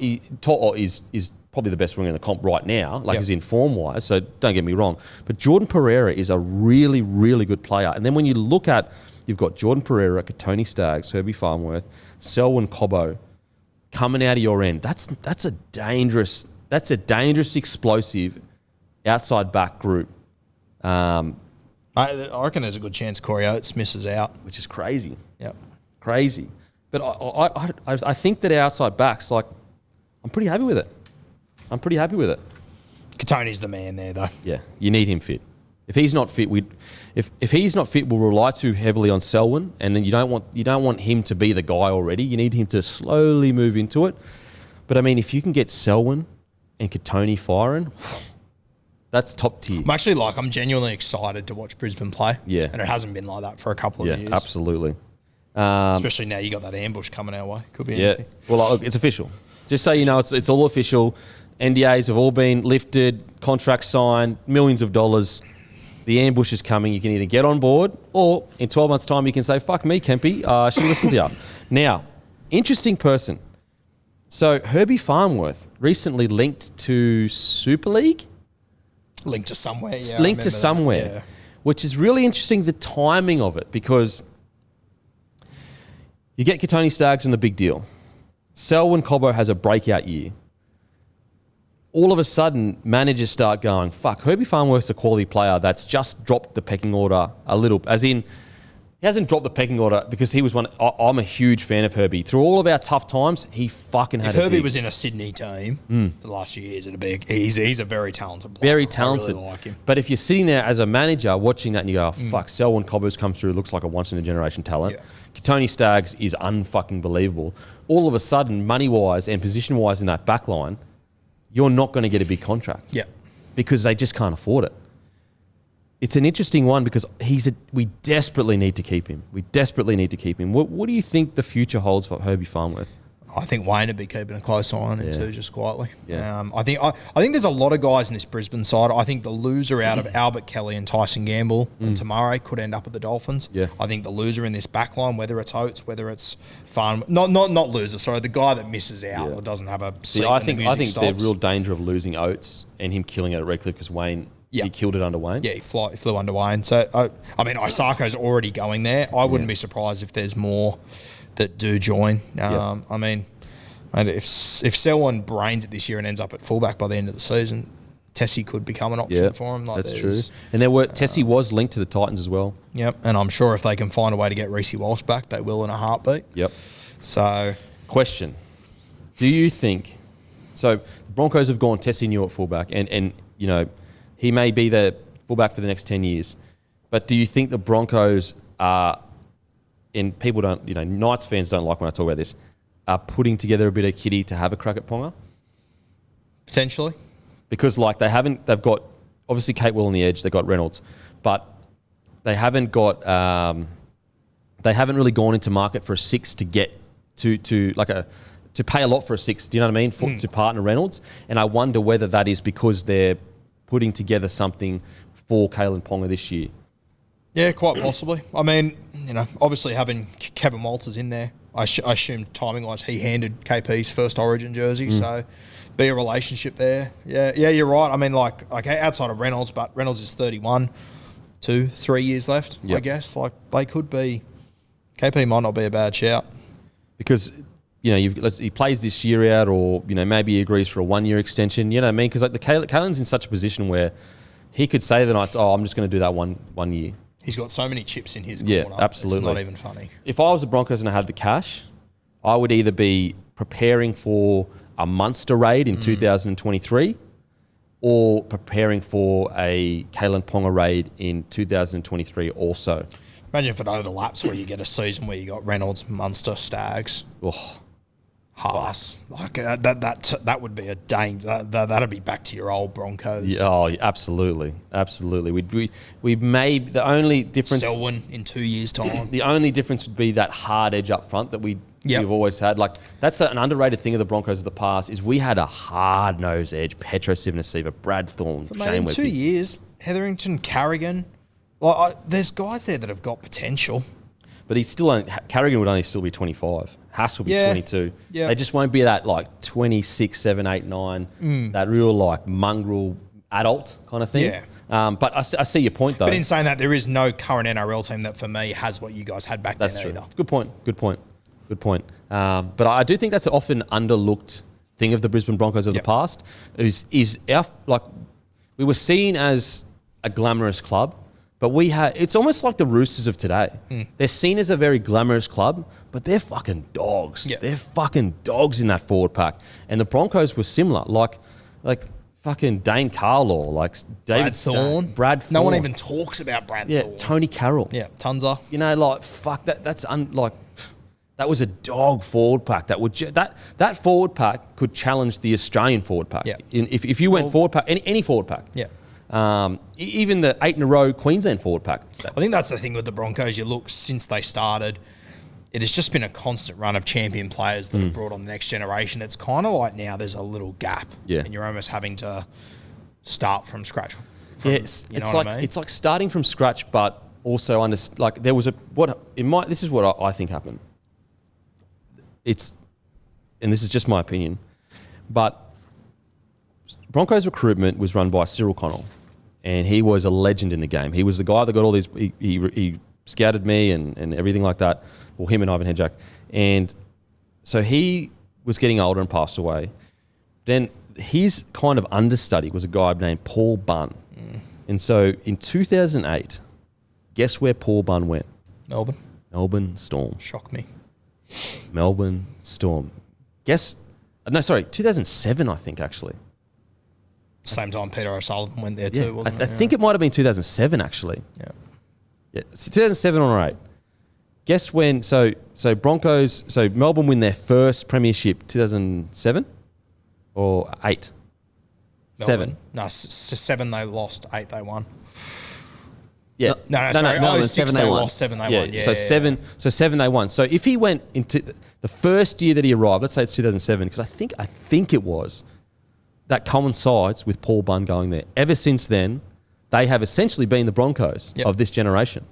And that's a very unknown fact about, like, when you look at the Broncos, you say, how come, and Wayne managed to hold it together, like, because we had that base already built, we were getting the best, like, the Broncos got the best kids out of school. It was almost a given. Like, you go live up in Brisbane at the Broncos, it's a glamour club.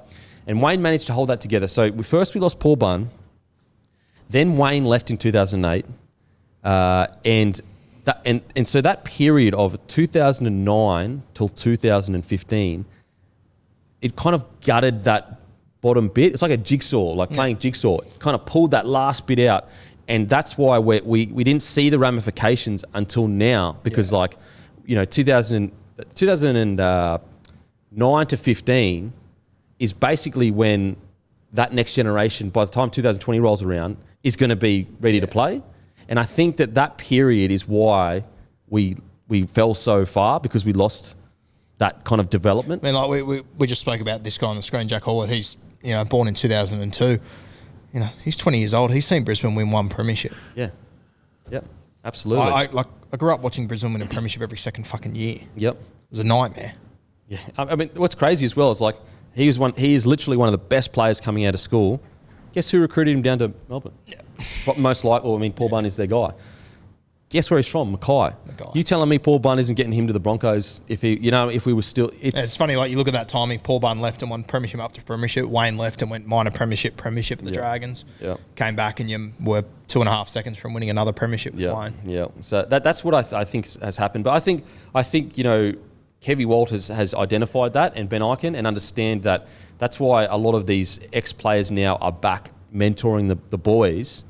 Don't get me wrong, it is good to be scientific, it is good to be new and look towards the future, but there's something about tradition and connecting yourself to the past that you need to do as a club. Otherwise, what are you playing for? Like, it's just a jersey, it's just a piece of material. The reason why the Broncos has such a glamorous reputation is because of everything that happened before it, from the men that made that badge what it was. If you disconnect young men from that, they're not playing for anything other than your paycheck. It's just a job. You need to be playing for something bigger than yourself. And they started from the absolute bottom. Yeah. Like my uncle was a journo up in Brisbane, and he told me a story once that Powers Brewing, first major sponsor, when they were signed on as major sponsor, they hadn't sold a beer yet. No way. And then, and that's what the Broncos, there's a famous conversation that he talks about where they said, your beer better be bloody good. And he said, your football team better be bloody good. Oh, and then they both just went bang. Oh, far out. So imagine you signing an NRL club before you sold your first beer. That's wild. It's crazy. It's unbelievable. That is fucking wild. I'm really happy with where we're headed. I think especially Ben Ikin returning, we saw a real difference. There's something about that cultural manager. You know what I mean? I don't know. It's like a nothing role. Like, if you said, like, is it a lawyer? Is it a doctor? Is it an analyst? Is it? But again, it reflects back on the idea that I was talking about when it comes to what it means to be a Bronco or a Storm player. Culture is this vague term that means nothing, but it also fucking means everything. And I think it was really important getting Icon in to go to, so Walters could go, I'm just the coach, you give me the fucking players. Because the problem in NFL teams do this a lot. When you give the coach too much power, they begin recruiting to keep their job. Yep. So you're recruiting just to get to the next year, When you take recruitment out of the coach's hands, your sole goal is developing for the future, then your decisions are not being biased or being, muddied by the desperation to keep your job. And so you can't have a coach doing all the recruiting because he's going to be constantly biased by his own need to keep his contract. Whereas if you bring a culture guy in, his bias is purely long-term. And I think that Ben Icon is showing that. As a Broncos man yourself, if Michael Morgan doesn't flick that pass out and you lose that grand final, where are you at? Like, I often think about it like Milford would be a Clive Churchill medalist. He'd be a premiership winner. He'd still be one of the best players in the game, I reckon. Like Ben Hunt wouldn't be at the Dragons. Ben Hunt would probably be the Kangaroos halfback by now, I would argue. And people laugh at that, but if they win that premiership... people don't remember. People forget how good Ben Hunt was. Yeah, go watch 2015. He was fucking They're not incredible. a top 4 team without Ben Hunt. I would argue they potentially missed the finals without Ben Hunt that year, but no one remembers it. Yeah, he was incredible. But the abuse he copped for that drop ball, when in reality... the guys missing the tackles before and the guys that, turning in and that flick pass, everything, like a lot of people in that team made huge errors. It wasn't just one error in that last grand final. It was multiple errors by multiple players in a 10-minute period. We had that game won. I felt like we dominated most of that game. And it was a 10-minute period of switching off that killed us.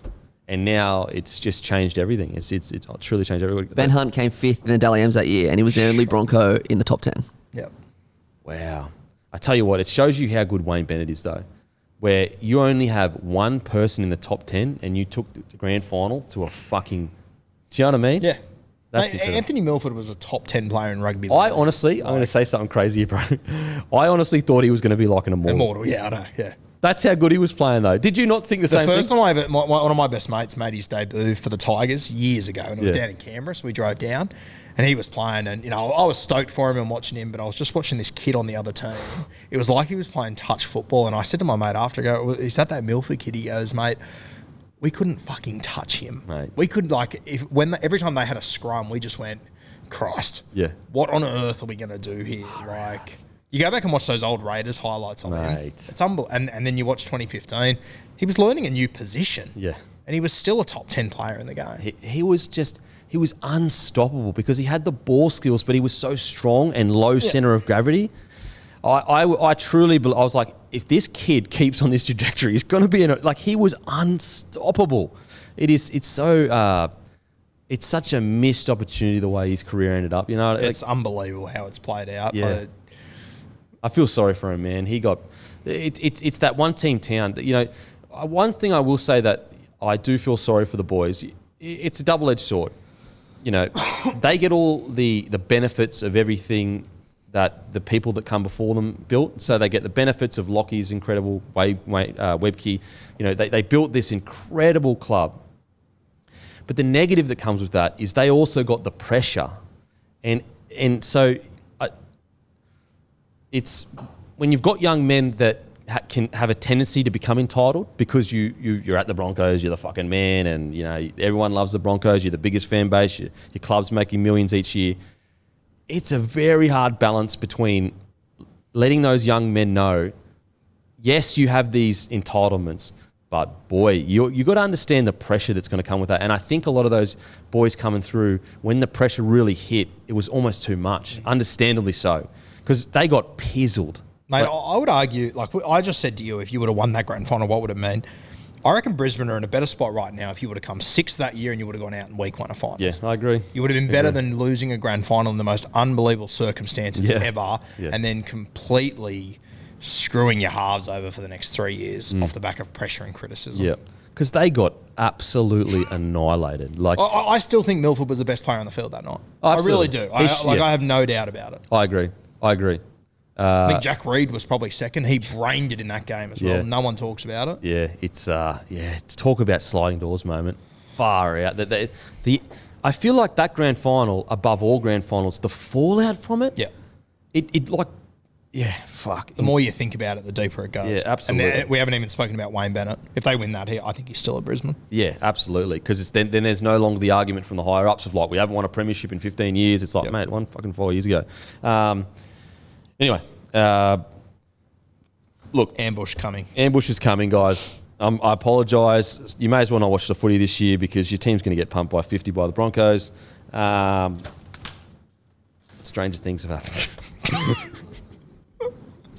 Selling me with confidence. But yeah, Payne Haas, he is a demigod and he is the future. Now, Sharks. These actually, all jokes aside, when we talk about ambushes, an ambush could be fucking on here. And maybe not 2022, could be 2023. So, back row, we've got average experience, 91, but average age is 25. That is fucking fantastic. Prop, average experience, 108, average age 28. I actually really like that. I want my props old, hard edge fucking dogs in the middle there.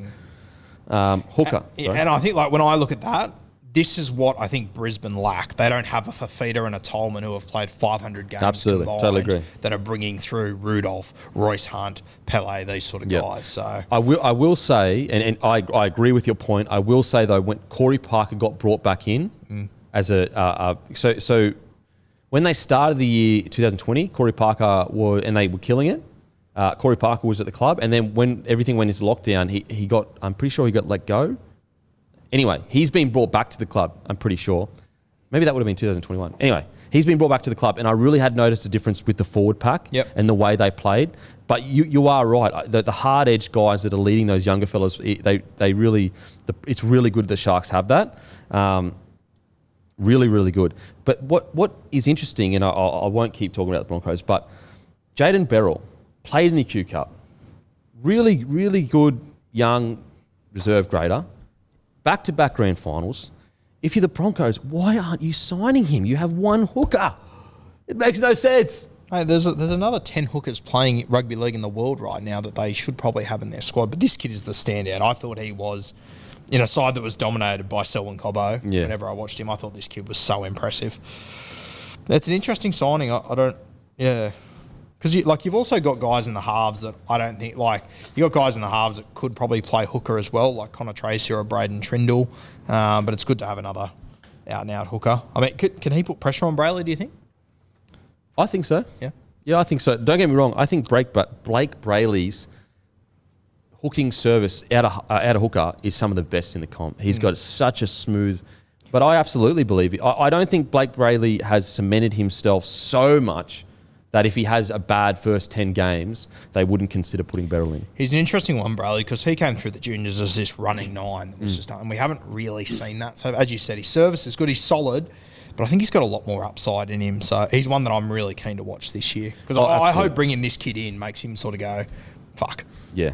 There's someone else here coming for me. I hope Fitzgibbon sits him down and says, when I watch Blake, I go, service incredible, gets through his work, but there just doesn't seem to be that confidence of, I'm taking the ball now. Like, I'm taking a run. Or I'm getting to this point, or I'm getting to that point. I hope Fitzgibbon sits him down and says, mate, in today's game, your hooker needs to basically be the guy saying, this is where we're fucking going. Unless you've got a 7 like a Reynolds or a Cleary or whatever. And they don't have that. And so I hope that Brailey gets the confidence to do that. And to be really clear, this is not to say Brailey has played poorly. I think he's been really solid. He's still only 23 years old. But I agree with you. I think he's got so much more in him that we haven't seen yet. Yeah, and I mean, I would have said the exact same thing about Jaden 2 years ago. Yeah, true. And I think the thing with Blake as well, as you said, he doesn't have that moment where he just darts and he goes. Mate, he's got so many guys. If I was Fitzgibbon, I'd be saying, mate, every time after Sifa Talakai runs, look up. Look up. Every time after Royce Hunt runs, look up, because they've got a couple, Fafita's obviously ageing, but they've got Royce Hunt. I think that Toby Rudolph falls in that same category. Sifa's probably the main one for me, though. As soon as Sifa takes a hit up, He only played a few games last year. He's got himself in trouble over the last few years. But there was a game that I watched last year, and I watched Sifra, and they scored 5 tries in the game. 3 of them was after his hit up. Yeah. He's just that sort. He just sucks guys in. He gets those post contacts. Yeah, they're an interesting side, the Sharkies. I like what I see, man. I really do. And like, can you imagine that forward pack with under the tutelage of a guy like Craig Fitzgibbon? Yeah. And the one thing with the Sharks over the last few years, their defence. It's their defence that has really struggled. They managed to score points. They've never been really a side, well, at least the last few years, they can score points. Yeah. Whereas Craig Fitzgibbon actually is the New South Wales defensive coach, and obviously he's a Roosters assistant, but I think he leans heavily into the defence side of things. Yeah. So like, when you're looking at what do they need, it's like, let's say we're talking in NFL terms, like you've got your offensive and defensive coach. Let's say you had the best or a good offense, and Craig Fitzgibbon was coming into that defense, it'd be perfect. Yeah. So could be a really good, I really like what I see. If Wade Graham is healthy as well, we forget this guy came on 2019 or 2020 Origin and basically won them that game out over in Adelaide. Yep, Perth. 5-8. Pissing rain, yeah. Pissing rain, and just took us to school. Wade Graham, if he's fit, is going to make a massive difference. The ability to, if you're a half, the ability to threaten the defence with, we will go 2 pass, and our back rower will be able to kick well off his left. It is so annoying as a winger and a fullback, because you have to fucking constantly worry about, are they going through the hands? Is he going to give it to Wade Graham? He's going to punch a hole. Is he going to do a grubber? It just adds this whole extra dimension. So, yeah, I think Wade Graham is Britton Nakora, I think, had a quiet year, but he's got a lot of talent. Yeah, the other one I really like is Tyg Wilton. He hasn't played a heap of first grade. He's played about 20 first grade games. He looks really good. I come back to him again. If they can get the best out of Sifa Talakai, I don't know if you use him as a middle or an edge guy, but his potential is massive. I really like the forward pack. I love Toby Rudolph. Mate, Aiden Tolman, he's going to knock up 300 first grade games. Fuck. King nut trucker. Mate. Absolute weapon. Mate, talk about a grafter and just getting in the fucking trenches. He lives his life in the trenches. Honestly, maybe he was born in a trench. Like I can't think of a single highlight from his career. If he could play in a trench coat, he'd do it. But I also can't think of a moment where Tolman's disappointed me at any point. It's true. It's true. What's interesting, so we put Dale Finucane at lock. I don't think he'll play lock. I think he'll play in the front row. Yep. So when you look at their front row, you're probably going to start, what do you reckon? You reckon you start Braden? Are we assuming Cam McInnes playing 13? I think so. Yep. I think so. So then you would go... I'd probably start with Rudolph up there. I'd probably go Rudolph and Finucane, I think. Do you reckon Braden has that size, though, to just take that first 20? Toby's quite mobile for a big boy. Interesting, though. It's a good problem to have. It's a great problem to have, yeah. I also think Royce Hunt is going to have a big season. Yeah, he's a big boy. Franklin Pelly as well. He's a young fella coming through. Isn't he a fucking he's beast? The one that they had to ask, can you stop going to the gym last year? Because apparently he got too big. Wow. It's an issue I've never fucking... What I like about their forward pack, though, it's got a lot of fucking mongrel about it. I think definitely With a sprinkling of a heap of experience. Yeah. Between Fafita, Tolman, Finucane, you're looking at 600, 700 games there. Yeah, it's crazy. It's crazy. And then Cam McInnes, who's... that's what I love about this forward pack, is that you've got Finucane, McInnes, Wade Graham. All 3 have been first-choice captains in the NRL in the last 2 years. Yeah, it's a good point. Clubs. Like, that's a massive... As much as I worry about the halfback role... You've got so much experience in this side that I think they can, at worst, defend themselves to a top 8 finish. Yeah, it's very true. Very true. Big concern, a bit of a concern anyway, for me is very, very light in the backs. Will Kennedy, Sione Katoa, Ronaldo Mulatalo, unless there's another page. There's centres on the other side. I was like, what the fuck? That doesn't even... okay. And you know what? Even though there's 4 and there's 2 there, I would also argue, like, Connor Tracy's in the halves. He's going to play centre. I'll be shocked if Lockie Miller plays in the halves. I think he'll be a centre or a winger coming from rugby union. I still, you know what? I don't take that back. They're pretty light. You got Jesse Ramian, who is a top-class centre. But outside of that, you got Mulatalo, who's fantastic. But then, you get one injury to the fullback. You're probably going to have to put Mulatalo back there. And all of us... Hines. Or Hines. But then then your halves that get hit. Yeah, if they can, and I know it's unlikely, I love him though. If they can get Moylan fit and playing his best footy, this all changes. Absolutely. This whole narrative is flipped on its head. Yeah, but I'm not confident that we're going to see the best of the Moyes. It's been quite a few years I've now. been calling it for about 6 years now. It hasn't paid dividends yet. Yeah, look, I think they're a little bit light in the outside backs. Like when you compare that to even the Broncos, when you've got like a Staggs, a Selwyn, Herbie. But at the same time, you compare their forward pack to most other clubs. Yes, absolutely. They're all over them. So I guess it's a bit of give and take. If they can keep, if you can keep Will Kennedy, if they get no injuries, long-term injuries, and if you've got Will Kennedy, Katoa, Mulatalo, Rami and Ikevalu, that's good. If you can keep that, that's pretty good. Mate, I thought Connor Tracy was unreal last year when he played in the centre. So totally right. I don't. I'm probably not as worried about it as you. It is weaker than other sides, there's no doubt about it, but it's a salary cap. You've got to give and take somewhere. Yeah. It's interesting. Okay, so Connor Tracy, you're right. Connor Tracy probably will play centre. He was one of their best players outside of Will Kennedy. Yeah. They are forward heavy, but I'm okay with that. Yeah. I'm okay with that. Backs can be like Mulatalo. He's a Queen. Like he didn't end up playing. He's a fucking good back. Will Kennedy was fantastic last year. I think as well too. You look at their back row. There's a couple of guys there that you could throw in at centre and that they're okay. Sipa Talakai, Nakora. I think Ty Wilton could handle himself there as well. Yep. So I actually think all round, as much as their backs aren't as good as their forwards, I think they've got a really reasonably well balanced squad for where they are in the comp. Yeah. And you see some like for example, Newcastle finished higher than them last year, and you look at that and you're like constantly like fuck, I don't know.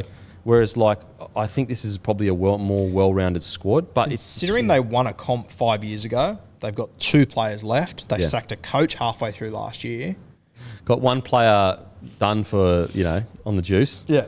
Got rid of one of the best centres that's played in the last generation. Had a salary cap penalty for a period of time. Sean Johnson just left. Yeah, I mean, look, I think they've recruited so well. Nico Hines, Ikevalu is good as well on his day. Yeah, I like what I see at the Sharks. I like what I see. Now, on to the Raiders. Talk about, I don't know, man. When you look at their squad, you go, fucking oath, that's a premiership nearly. But I don't know. Where's your head at with the Raiders? If they finish 5th, I won't be surprised. If they finish 16th, I won't be surprised. I don't know how. I've got no idea what to read into these guys. You look at their second row, their average games is 88 games. And they're only 26 years old. And we've got Harry Rushton, who has played 0 games on this list. Listen to this fucking second row. Adam Elliott, Joseph Tarpanet, Elliott Whitehead, Hudson Young, Corey Harawira-Naera. I would honestly argue that's one of the deepest back rows in the NRL period. I would argue that Hudson Young could quite easily be the best out of them over the next few years, and he's played the least amount of games. Fuck, that's a good back row. And he's played 50 first-grade games. Wow, Tarpanet has played 140 NRL games. That's such a good back row, man. Adam Elliott he's a good player. Like I know he's had his issues. Bounce back this year. Yeah, I think it's going to be a big bounce back. 13, and he'll do really well. Yeah, he'll be good. I like him at 13. I don't know why the Bulldogs didn't just keep him at 13. He's heaps better at 13. Yeah. I don't know why they tried to use him as a back row or front rower. It was bizarre to me. Yeah. I was like, he can ball play. Every time he played at 13, they looked like a better side. Heaps better. Yeah. Hudson Young, he's form over the last 12, even 16 months, but definitely the last 12 months, he's probably been one of their best players. Yeah. He's been destructive. Whitehead does the right thing on every single play. Oh, yeah. He is always in the right spot. He's running the right line. He does everything right on every single play. He's in the nicest way possible. He's like a poor man's Wade Graham, just with a little bit less upside. Well, you could even argue he could offer more value for money because he's not going to be on the big wicket. What's interesting though is their prop. They've only got 4 actual props. Average experience is 88, which is fantastic. Average age 25, fantastic. Do you bring Hudson into the front row? Because you've got your back. Elliott Whitehead's definitely one. Then you've got Adam Elliott probably at 13, and then you could Corey Harawira on the other edge. I think Tapane is going to be in the front row. Oh, you think okay? Yeah. So you've got Papali, Gula, Sutton, Holla, Tapane. And I mean, Adam Elliott will play 13, so he'll play as a middle for me. Damn, it's going to be tough. Do you put Tapiner on the bench and start young Papali'i? I would. Tough. You got Corey Horsburgh, who I put at lock as well, but he could also be a prop. Oh, Corey Horsburgh as well, don't we? Yeah. So who's there? We got Horsburgh, Trey Mooney. Yeah. Well, Horsburgh for me is state of origin caliber. He's just been injured the last few years. I think there was a period there where I thought I would have agreed with you. I just want to see him. Had a couple of injuries though. I reckon he'll be okay. I want to see him bounce back. For sure. So yeah, you're looking at this squad and look at the hookers. I mean, that's probably. Hodgson was competing with Cameron Smith 4 years ago. Yeah. Starling is one of the more suited modern hookers to the modern game. Average age 28. Damn. Tom Starling's 23. Surely that's wrong. No, he's pretty young. No, but like, how's the average age 28? Should be like 24 or something. 25, 26. Anyway, whatever. Well, Hodgson's 33. Sorry? Hodgson's 33. Yeah, okay. What, so all right, -5. Yeah, 27 or so, Look, hooking, great. Forward pack, fucking outstanding. Like, to me, this is an elite. This is a top 4 squad. Mate, you have a look at the wingers. Kotrick, Rapana, Savage. Fuck. We haven't even got to the centres, and I know they're stacked there. Croker, Chris, Smith, Shields, Tomoko. Like, there's a heap of young talent there. My biggest concern, and it all depends on Fogarty. Yeah. If Fogarty can come in and do his role and release Whiten, then we're looking at a very scary side. But I don't know. This will be a really unpopular opinion, but I don't think there's as big a gap between Fogarty and Sam Williams as what people. You reckon? Fuck, everyone says to me, we need Whiten because we need Fogarty because he kicks the corners and he organises. Yeah. I think Sam Williams does a really good job at that sort of stuff. I sort of thought last year it more so came down to Jack Whiten taking responsibility for Jack Whiten. Yeah, okay. Stepping up. Don't get me wrong. If you say you can have Fogarty or Sam Williams, I'm taking Fogarty. Yeah. But people are acting like there's a mile difference between the two. I'm not. Remember, we got to the last year with the Titans, and people were going, "Do we bring Fogarty back in?" But I've watched Fogarty, and there's just been games where he's really set it alight. And that's where his upside is over Sam Williams. Whereas I look at a Sam Williams, and don't get me wrong, good, solid footy player, but I've never watched a game where I've been like, fuck, that was Sam Williams' game. Like he took that game and changed it. Yeah. But I probably agree with you that there's not as much of a gap as some would suggest. I still want Fogarty, don't get me wrong. But I think everything that everyone tells me why Fogarty's going to be important is what Sam Williams already does.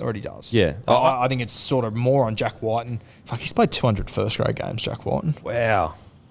Yeah, I see your point. Sam Williams does enough where Whiten should still be playing good footy. Yeah. It's a big year for Whiten. Huge year. It's a big Massive year. year. Wow. If he has another year like this last season that goes by, you almost go from a... The Dalium and Clive is very quickly forgotten. Yeah, and almost you go from a player that could have potentially signed an 800 to 900K contract to, mate, we'll pay you 500. And it sounds, who wouldn't want 500? But that's a huge difference. But based on the year before, he should be in that top 20 sort of. Yeah, he still gets selected for Origin. And if he has another year, though, Brad Fittler might just go, mate, I just can't. I'm not sure if he's in, at the moment, I'm not sure if he's in I can't pick him at centre. 14, he's going to be competing with Pappy, Radley, a heap of guys there. Yeah. It's a big year. Yeah. And when he was on, he's what I loved about Whiten, he kind of like an old school 6. There was a period there where like halves didn't really impact the game physically. Yep.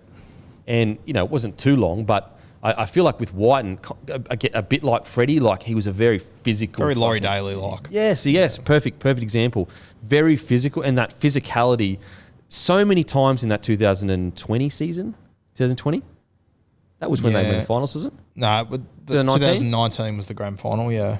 19. That 2019, the amount of times that his just pure will to physically hit someone, turn things around for the Raiders was incredible. So I think he can bounce back. For sure. But it is going to be big year for him. Do you think there's an issue if they lose Whiten, do you think it's big problems for the Raiders? I think so.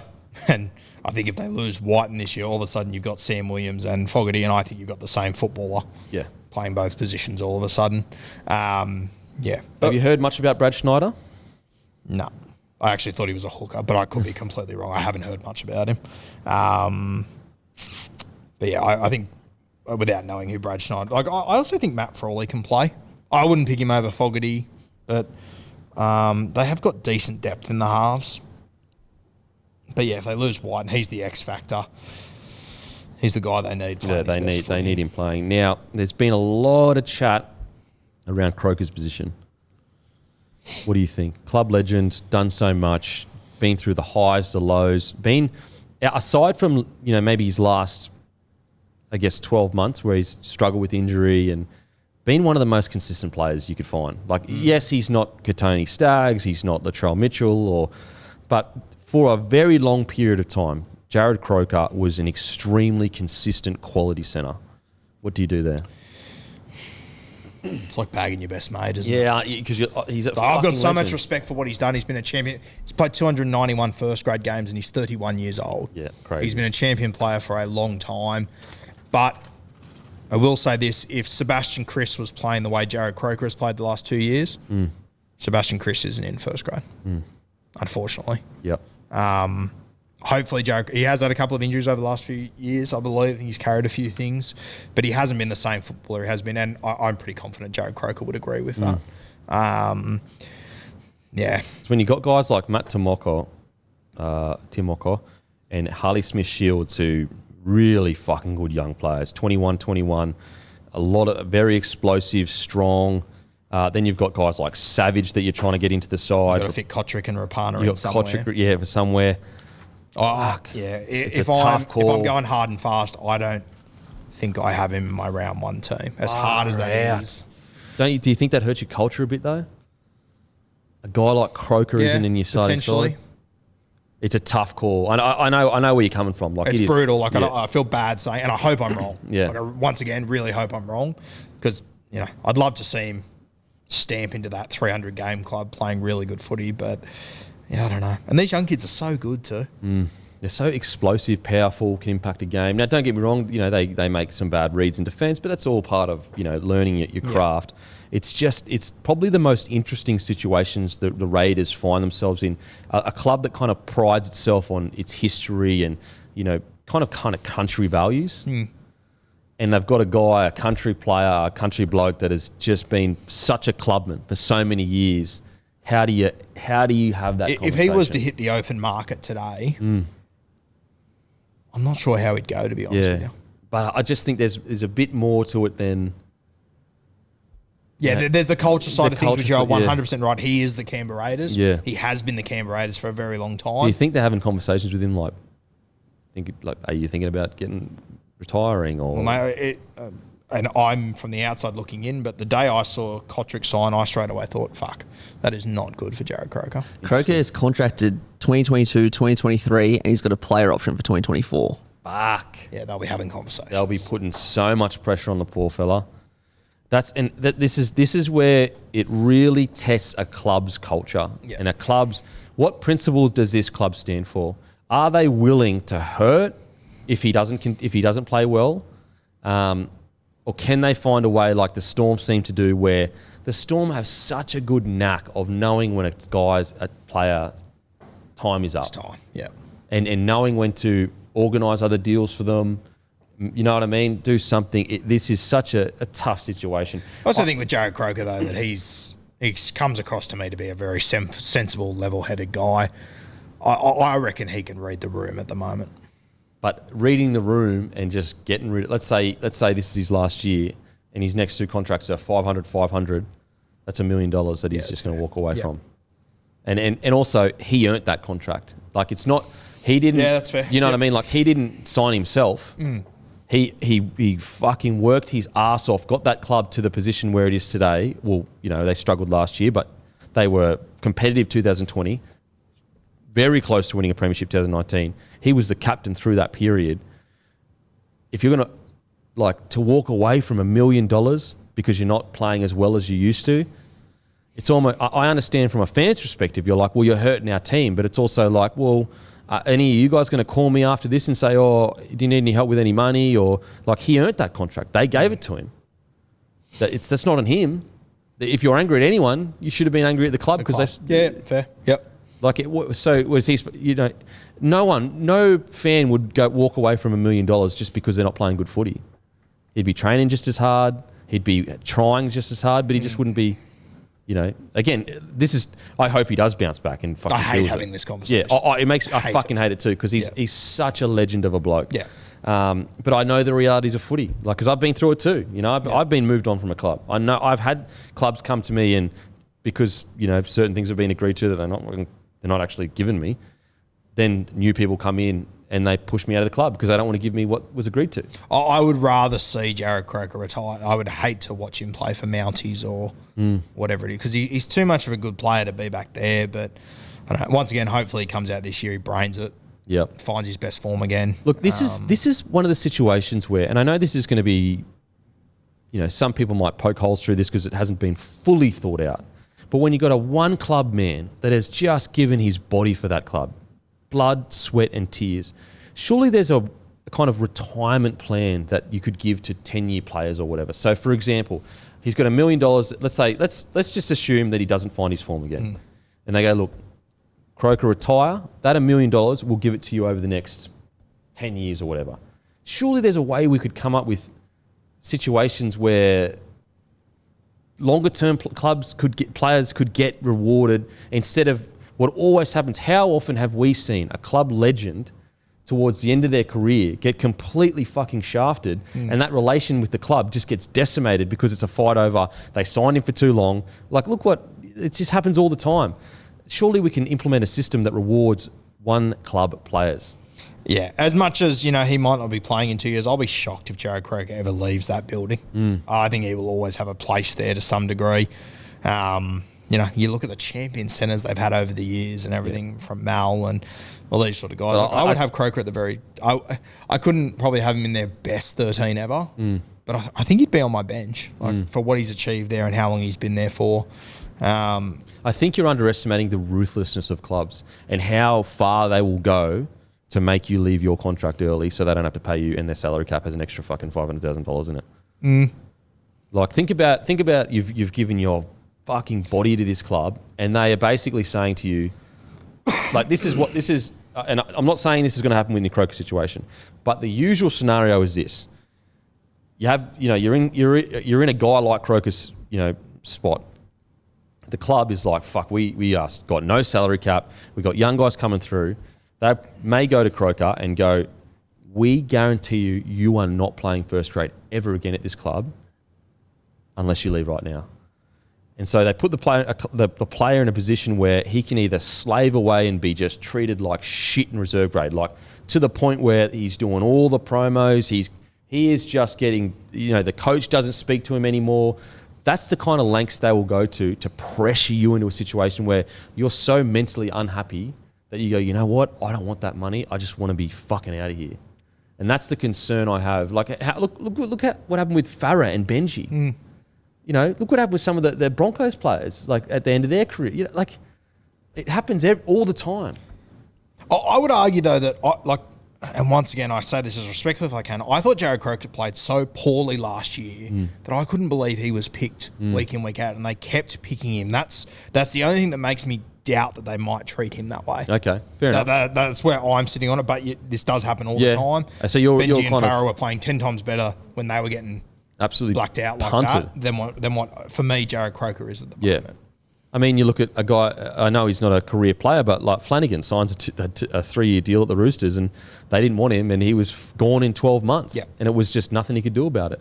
And it's a different scenario, but it's just that the clubs will go to that length to preserve their salary cap. But you make a really good point. Ricky Stewart is old school of the sense that if you're with me, I'm with you to the death. If you're against me, I'll finish you. I'll literally finish you. So you're right. Ricky could be, you know what? I'm willing to fall on my sword on this situation. It's an interesting one, man. I pray to Buddha. I pray to Buddha. Hey, Buddha. day. Buddha, if you're fair dinkum, get Croker back in the side having a dig, killing it. I want to see that head kick down the sideline, scoring match winners and goal kicking. I want to see the good Croker of 2019 taking his team to a grand final. So, Buddha, if you're listening, please do that. He would be. Mate, how good would it be? Just to be, because like he, you could argue very unlucky not to play some Origin. Some people think that he should have played Origin. At his peak, which was like 8 years. Yep, totally. I think another huge thing that people massively overlooked at the Raiders last year, Charles Nicol-Klukstad. He got injured, and ever since they lost him, they were a shell of themselves. He came back, and they actually put together some decent footy. He is so crucial to them. And when I start hearing whispers about him moving to centre, I want to fucking punch myself in the dick. I want to graze my nuts along broken glass on a -5 degree day with sand on it. When I hear that shit, he is a fullback. He's a top tier fullback in my opinion. And in the grand final, 2019, before he got cramps, he was the best player on the field in my opinion. Imagine going so hard that you have to cramp up with 20 minutes to go in the game. He ran for like 277 metres or something in the grand final. He was incredible. Yeah, I can't believe the centre chat. I think we spoke about this last time, but he's the first choice fullback by a country mile, and it's an absolute no-brainer for me. You've already got 3 centres that can't get into this team that I think are mad. But how weird is it that the centre chat strange. keeps coming up? It's got to come from somewhere. Yeah. Fuck. And I mean, I like the look of Xavier Savage, but he's played 2-3 games of football, whatever it is. Chance has taken you to a grand final 18 months ago. You play heaps better when he's on the field. Yep. And Xavier Savage still has a lot of development in his ball playing. He's a ball runner right now, very fast, gets through a lot of work, but ball playing is arguably more important as a fullback these days. Like, look at a guy like, I know the end of his career wasn't, the best, but Darius Boyd that was all he did was ball play. King of the 3-on-2. King of the 3-on-2. Run premierships, multiple. So I truly hope that, they stick with him at fullback. Interesting, Albert Hopewadi, huge raps coming through. Do you know more about Albert Hopewadi? Yeah. I mean, Hopper's had huge raps for what feels like 5 years now. Just injury after injury. I hope he does kick on, but I don't know. It always worries me when you hear these huge raps for X amount of years. Yep. I mean, for a Hopewadi to leave Manly, I know others have obviously, but that's a bit of a red flag. Yeah, okay. For me at the age he was at, and he didn't leave for a huge money contract. He left for opportunity elsewhere. So, but I've heard so many good things about him, but he just can't seem to stay on the field, the poor bastard. So. Yeah, I don't know. I'm not investing the same amount into him now as I was 2 or 3 years ago, thinking he's going to be... Nick Kotrick, the great Nick Kotrick. Went to the Doggies, didn't work out. Are we going to see Origin-level Kotrick again? I hope so. Depends where he plays, I think. Do you play him at centre or on the wing? On the wing. He's a winger to me. I think he's a great winger. Interesting. 23 years old, 107 NRL games. That's a lot of NRL for 23 years old. Yeah, it is. Oh, he's played for the Kangaroos, I'm pretty sure. Did he? I think junior, that junior side maybe. But obviously Origin. And he was decent in Origin. He did his job. I have a feeling he might have played he did well in Origin. He played 2 games for Australia. Yeah. Oh, really? Yeah, before he went to Canterbury, Wow. Okay. So... That's crazy. I didn't know that. Yeah, when you think of the wingers that we have, that's a fair effort by Kotrick. Yeah, he's done well, mate. I think people have forgotten over the last 18 months how good he was. Oh, he's a gun. Absolutely. He debuted but at once again, 18. I'm assuming that Rapana, I don't know, he sort of played a bit of left and right last year. If I've got Kotrick on left wing, I want to be very selective with who my left centre is. Okay. So, look, forward pack, fantastic. Yep. I mean, you know what? Squad, fantastic. Yeah, it's a good squad. It's more off-field stuff I'm worried about. Now, the Titans, the great Gold Coast Titans. Very strange position they find themselves in. I think they've definitely made a lot of progress, but not as much progress as they should have made, in my opinion. Now, when we look at their second row, we have 78 experienced NRL games, average age 24. Front row, average age 26, I don't mind that. Average experience 102, I don't mind that. Hooker, Aaron Clark, only one hooker in there. Oh, Booth is development, according to they got NRL.com. Booth as well. is Booth development? According to NRL.com, I'm I not think sure. Booth will get that gig. Yeah. He will He's at the 100% Storm. get that He's a gig. good fucking footy player, Booth. And Aaron Clark, I swear he was a utility before. He's not a full-time hooker. They'll have to carry another hooker. Yeah, surely. Lock Tino for Alawi. I actually like him more in the front row. Yep. I'd put Isaac Liu in the lock position. One of my favourite breakout stars from last year that just did some shit that you couldn't believe. Jaden Campbell at fullback there. I think real smart that the Titans were proactive in just going, Campbell, you have that fullback role. Brimo, you are now our number 6. I think it was much smarter than going into this season and going, oh, you're still up for grabs. Who's going to get that one role? Because Brimo played some fucking incredible footy. Can you remember him in Origin? Brained it. He killed it. Yeah. So let's not forget, like, don't get me wrong, Campbell, I like at fullback with Brimo at 6. But at the end of the day, one of them has performed in Origin at the tippity top and killed it. Campbell has had, seven solid good games. Oh, so probably 4 good games and then 3 fucking incredible games. So it would have been very easy for the Titans to be like, we'll still hedge our bets, but I actually like what they've done. What are your thoughts on that situation? So if we're running with a spine of Campbell, AJ, Sexton, and the hooker, I'd say Booth. Okay, let's say Booth. With Clark, it's 104 games of experience. Yeah. With Booth, it'd be 75. Yeah, that was I think we spoke about this, the concern of the lack of experience and what blew our mind of getting rid of Fogarty when he was the only one with a lot of experience, not a lot of NRL experience, but a lot of footy at a high level. You know, Q Cup isn't that far away from, NRL. Their fullback and halfback for round 1 have played 11 first-grade games combined. Far out.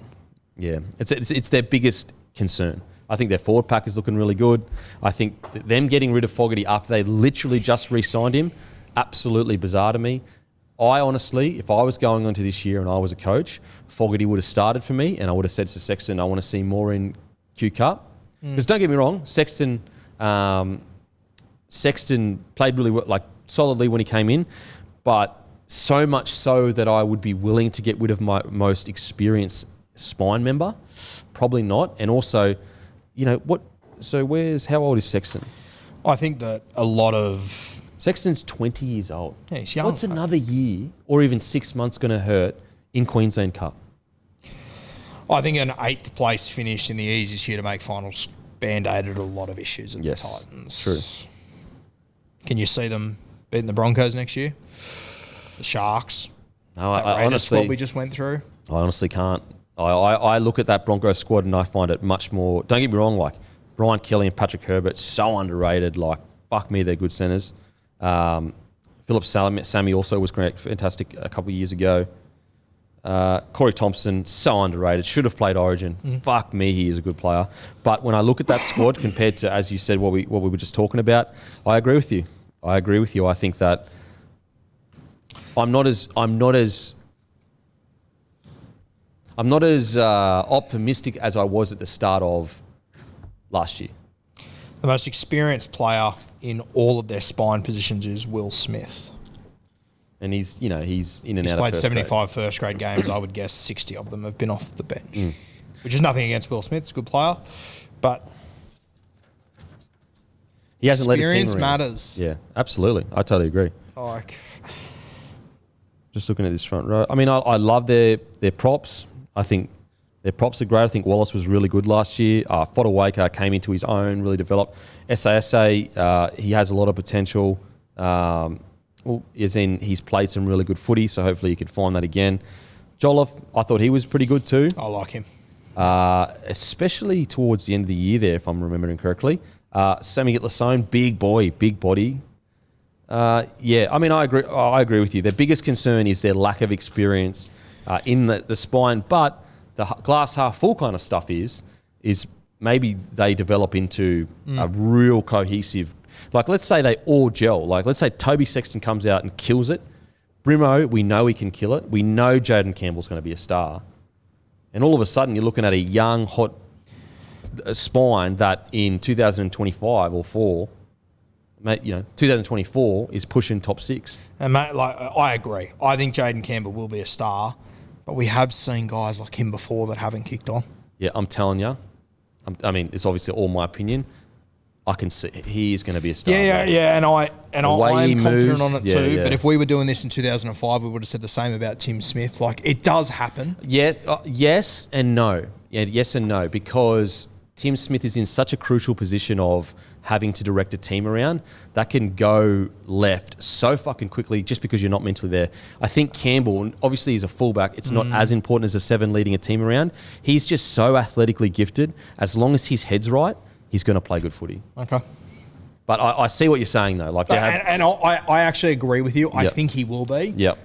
But we have seen this before, and he is going to be coming into a spine that is very young. If they have 1 or 2 injuries in this pack, this team all of a sudden could be in serious trouble very quickly. He brained the Storm twice. Yeah, he saved his best games for the best teams, which is a great sign. Tom Trbojevic couldn't do that. Like I'm not saying he's better than Tom Trbojevic. Fair. I'm just saying how fucking hard that is.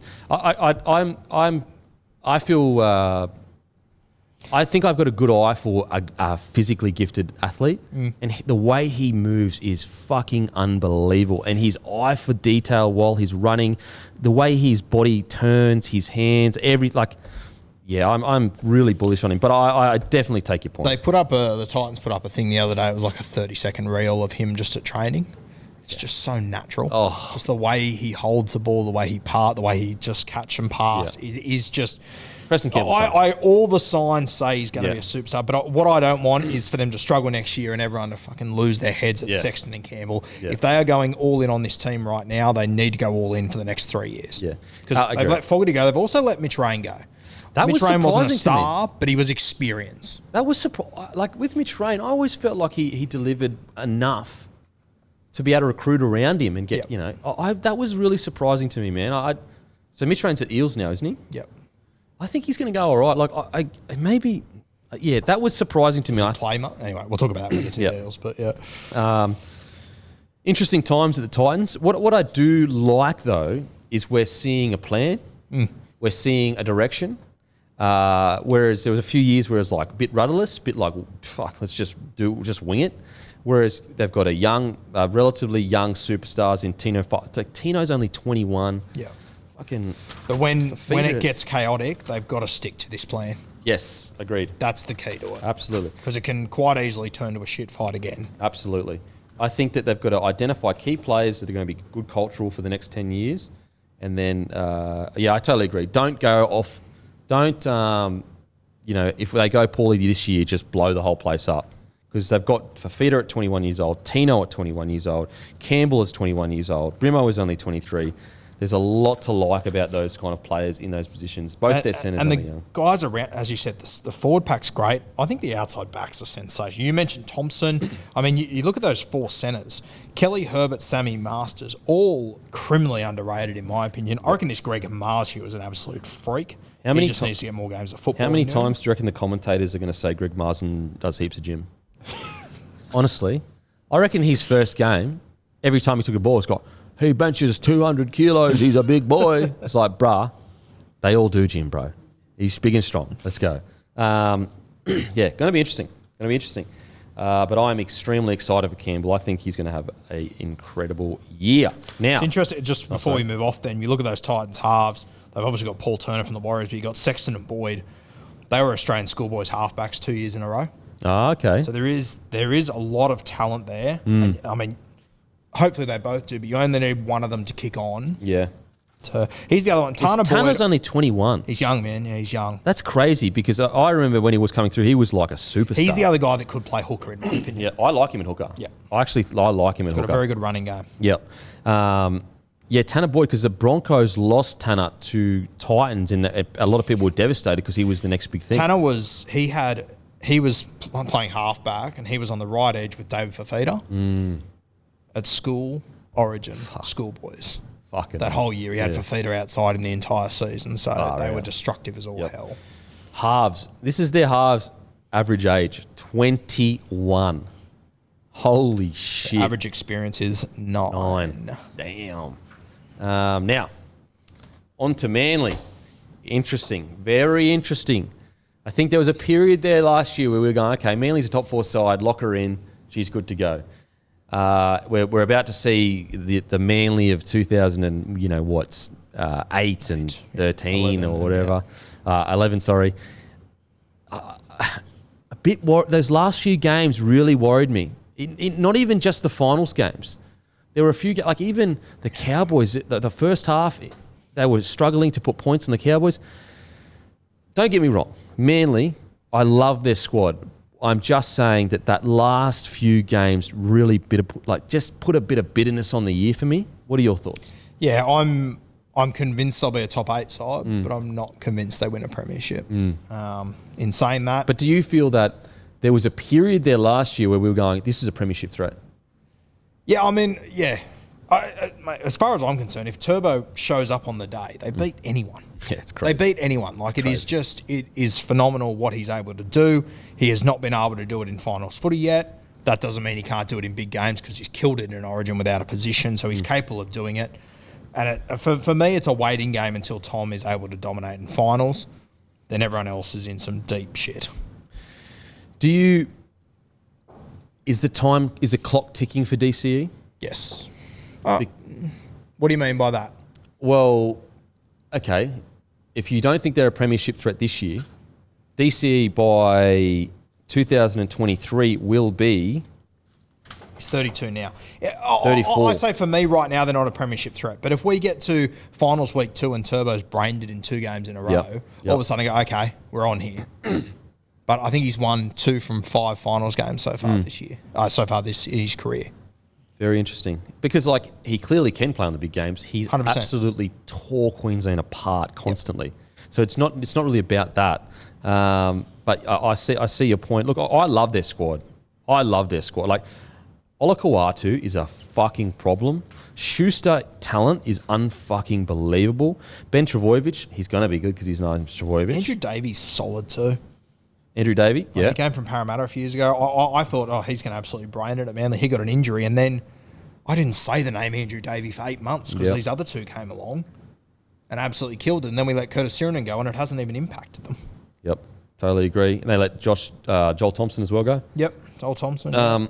Interesting. What's really interesting, Josh Alloway, 26 years old. He's played 206 NRL games. And he was injured for heaps last year. And I really like Josh Alloway as a front row. I think when he's on and he gets games under his belt, he's up there. So one thing I really like about Manly, their pack, they're all different sizes. Yep. Sorry, that was a typo. It was 106 games. Okay. Fuck, I was going to say, Jesus. It's impressive. Regardless, I like the different body shapes, and I'll be interested to hear what you think of him. Ethan Bullimore. Yeah, going to be really interesting. Athletically gifted as, apparently one of their fastest forwards. Reminds me of a young Matt Gillette, the way that he moves. He's bigger than him, though. He's bigger than him, but he's quick over 10 metres, really nippy. And I like that. When you've got guys like Tapau, Paseka, who are just fridges with eyes, all of a sudden you throw Bullimore in there, who's got his leg speed. Aloye is sort of a hybrid of all of them. Kepi, I love as well. Kepi had such a good year. And I think they fucked around with him on the edge. I think he's a middle. Oh, he's 100% middle. Once they use him in the middle, it could be anything. So this squad is unreal. Yeah. It's just about going to that next level at the right time. What are your thoughts on, so I think Sione Fainu, I think he signed one of the biggest contracts ever for a young guy. Yeah. Now, the raps are huge on him. Thoughts? I saw him play a little bit of Harold Matts last year, and I saw him play Harold Matts and thought, my God, this kid is so good. He's a year young for Harold Matts. So he's actually meant to be playing Harold Matts this year. They've pushed him into the SG ball. Yep. And I heard the other day there's a chance he's going to play Flegg. Okay. So what age group's Flegg? Under 20s. He's meant to be playing under 16s or 17s. Oh. He played Harold Matts last year, got the player of the competition, and he's young. This might be a typo then, because you've got his age as 20 years old, Matt. Maybe it's his younger brother. Sorry, no, we're looking at... He's a 5'8", the fellow I'm talking about. The other Fainu. Yeah, I think this might be a misprint somewhere. Actually, he's not even on there at the moment. He's not even roster. Wait, is Sione Fainu another player? Is that I think Sione Fainu might be another player, and he's actually his younger brother. That is... Right, okay, yeah. It's the youngest one I'm talking about. He's 16. He just signed that big deal. Yeah. Maybe it is him because Manly actually I don't know where I got that 20 from. They don't actually have his age. Let me look into it. Okay, Latu Fainu. Latu, yes. Fainu. Yes. So Sione may be a different guy, I guess. Apologies for that. If it is, we apologise. But anyway, Latu... Don't take back anything I said about him, though. Yeah, I was about to say. So Latu Fainu, he's 16 now? Yes, 16 or 17. And they're thinking of putting him in under 20s? Yes. He's that fucking good. He's that... Mate, the Harold Matts he played last year was unbelievable, and he was a year young then. Wow. So. Wow, okay. Well, I mean, the good thing at Manly is they are actually bringing through some fucking really good players. And if they get his older brother back at some point in the distant future... Fuck, Manasi Fainu was such a good hooker. I think he would be a top 5 hooker right now if he continued playing. He was reminding me of a young Api Coruscant. Yes, very similar. And he was so much so that they moved Api Coruscant They let him go. And then he won a premiership. That's the thing about Manly. They let Api Coruscant go because they had this other kid. Yeah. I love Lachlan Croker. He has done so well. He's improved He's improved much. out of sight. You know what? No doubt about I would argue he's one of the most improved players in the NRL because he wasn't even a hooker when he started. Yeah, that's fair. Yep. Look, honestly, I love their squad. I really do. I like Harper. I like Parker. I like Walker at 14 was a revelation. Unreal. Yep. Kieran Foran and DCE together for another year is going to be good. The concern is the big games. It's the end of the year. It's everything on the line. If they can conquer that, I think they're a premiership. Like that sounds so obvious. It sounds like, well, of course, if they can win big games. But what I'm saying is like not even if it's not just that they lose the big games, they lost by a lot. Yeah. And so they need to like let's say they go through the year and they lose to Penrith 14-12 and Storm 14-12. I'd be happy with that. I'd be like, okay, they're meeting those big games and really taking it to the edge. But they didn't really do that. It's so weird that, and I agree with you completely, but it's so weird we're talking about them like that when they've got Foz, DCE, Turbo, and Jake. It's a strange little, and they've got a premier coach as well. Yeah, totally. I'll just clear up the Fainu thing. So we had it right. Sione Fainu is 20. Latu Fainu is 16. Yep. And then there's actually another brother in between them, Samuela Fainu, who's 17. So there's actually 4 of them. Wow. Can you imagine in 6 years' time, half of this team is going to be Travojevich's and Fainus. Yeah. Fucking hell. How good's that? So, yeah, apologies for mixing that up, guys. I love this side. The most important match for me in the start of their season is their game against Penrith and their game against the Storm and the Roosters. That's the 3 teams that I want to see Manly go all right against. If they check that box early in the season, I think we could be in for something special. But that's the biggest concern for me. We know they can blow a team off the park. Yeah. We know that. Tom Trbojevic will do it himself. Now, on to the Storm. How many teams have we done? 2 to go. Jesus Christ. How long have we been on for? 2 hours 20. Jesus Christ. Guru, you're just spinning shit, mate. Just haven't got a word in. Okay. Melbourne Storm. Squad kills it. They're great. They're going to win a premiership. Enough said. Nah. What are your thoughts on the Storm situation? Yeah, I think that, we spoke about it earlier today. It's going to be an interesting season for them. Comes down to Munster for me. Yeah. I still think Harry Grant's going to be the best hooker in rugby league over the next few years. I rate him so highly.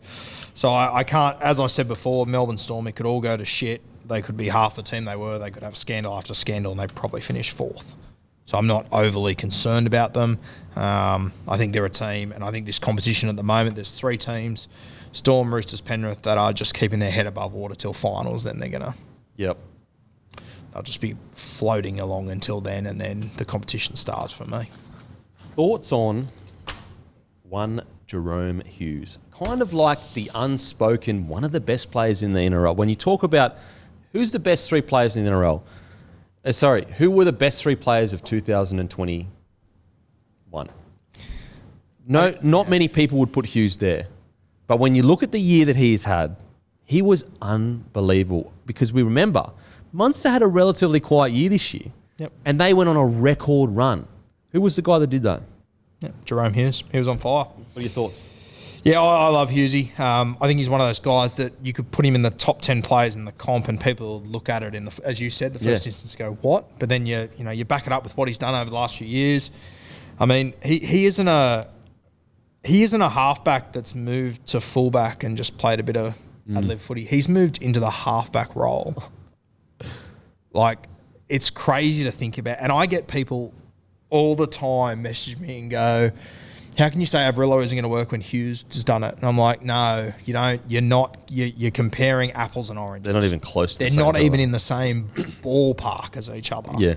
What Hughes has done has been... Do you remember when they first played him at halfback? It was 2 weeks out from the finals in Brodie Croft got dropped. 2019. Yeah. Imagine 2 weeks out from the finals going, hey, you're the 7 for the Melbourne Storm. And then the next year you win a premiership. Yeah. Unbelievable. We've had Cooper Cronk for the last 10 years. You look like a handy fullback. Come play 7. Yeah. And Final start in 2 weeks. He's almost like if you could design a halfback for the new style of game, it would literally be Hughes. Outside of Nathan Cleary, Nathan Cleary is honestly generational talent. But outside of a generational talent, and if you could just get this guy that was developed perfectly for the modern game where solid passing, solid kicking, but an incredible running game. He doesn't get kicks wrong. No. I think it's the most underrated part of his game. Yeah, totally. He does not get kicks wrong. In 2019, I reckon he got 10 try assists from kicking to Vunivalu. Yeah. His short kicking game is in Munster's the good long fucking big boot on him, but you're totally right. That short kicking game. But he when he lost Vunivalu, I sort of thought this is going to hurt Jerome Hughes. He just found new ways. And there's a couple of I can think of 5 or 6 nights this year where I watched the Melbourne Storm and he was so much better than Munster. And that's nothing against Munster. It's just a compliment to Hughes. Munster had a tough year, off the field. He had a lot of personal stuff going on. I felt sorry for him, but. You know what he kind of reminded me of to a degree, a 2015 Milford. Yeah, I was actually, whilst you were talking, I was trying to think of someone that compares to Hughes, and Milf's a good shout, but I still don't think it's still not like apples to apples. I don't think there's been someone like Hughes before. Yeah, totally true. Because you would probably say Hughes' kicking game is way more advanced than Milford's was back then. 100%. Milford still struggles with his kicking game, but his running game. Maybe Milford's running game just a little bit better, but I think their running game is something that I'm comparing. Probably their running game that's relatively similar. If you could improve something in Hughes' game, what would it be? It's a good point. Great such a good defender. Bad defender, kicking game. The amount of times when Penrith played the Storm, and he would chop kick out real low and beat him on that one-on-one tackle, so good. No, you got a good point. What would you change in Hughes' game? I love taking his edge back roll for a first try or an any-timer.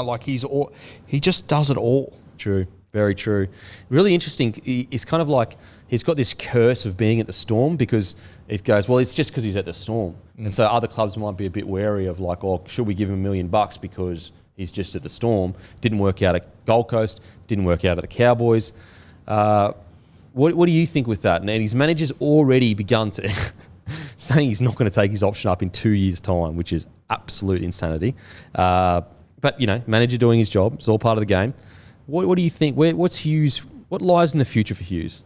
If I was Jerome Hughes, I'd win my 2 or 3 premierships and then I'd take a bag of money somewhere for the back end of his career. 27. What is he, 27 now? So 2 years he'll be 29, 30. I mean, mate, blokes are playing until they're 35, 36 now. Yep. I honestly think it's a fair argument that he's playing his second best position too. It's crazy. I still watch the way that he plays, and I think he is more suited to the fullback role than he is the halfback role, but he's exceptional at the halfback role. It's kind of like Munster to an extent. It is exactly like Munster. Munster at fullback is a fucking problem.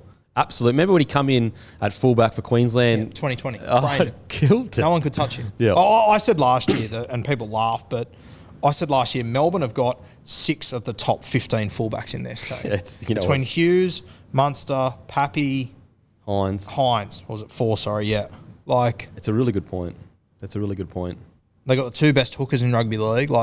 Fucking hell. Tell you what, it's interesting. All these teams we're going through that don't have fullbacks and hookers, and these guys, they've got too many. True. Look, I think it's going to be another good year for Storm. I think that Bellamy is going to be absolutely stinging the way they went out. Stinging. What happens with Brandon Smith? Yeah, I think he plays 13 this year. I'm confident he plays 13 this year. I think especially with Nas and To'a, I don't think they have a choice but to play him. Do you think, in my opinion, signing with the Roosters the way that it all happened sealed his fate? I think that the Storm have gone, you know what? Harry Grant is clearly the guy going forward now. Like, another club would have a tendency to go, because like last year, I felt Cheese was the better hooker than Harry Grant, as in he was playing better footy. Whereas I think the Storm this year are going to basically go, we need Harry Grant on the field in a key position as long as possible, and that's actually going to hurt Smith's minutes a little bit. And I think it kind of like sealed the deal even more the way it happened with the Roosters. You know what I mean? I think they're not going to be... They'll be less inclined to be like, well, he's playing better footy, let's put him at 9. What do you feel about that? I've always thought that Harry Grant's going to be the better hooker. Okay. I've always said that, and I'll probably die on that hill. But I think that Brandon Smith had an unbelievable season. Didn't he win Dally M hooker? He was the best hooker there last year. I'm not arguing that. Yeah. Yep, not arguing that. I think that service-wise, out of dummy half, Harry Grant wins that in an absolute landslide. But when Brandon Smith decides to run the ball from 5 metres out, you can't stop him. You physically can't stop him. And if he passes the ball... the best thing about Brandon Smith is that when he does pass the ball, you look at the markers and the A and B defenders, they're all within a metre of each other. Yeah. Because they know if he decides not to pass the ball, which he quite often does, he's going to score. Yeah. Like, he sucks in half the field into his 2 metres. But I think Harry Grant is...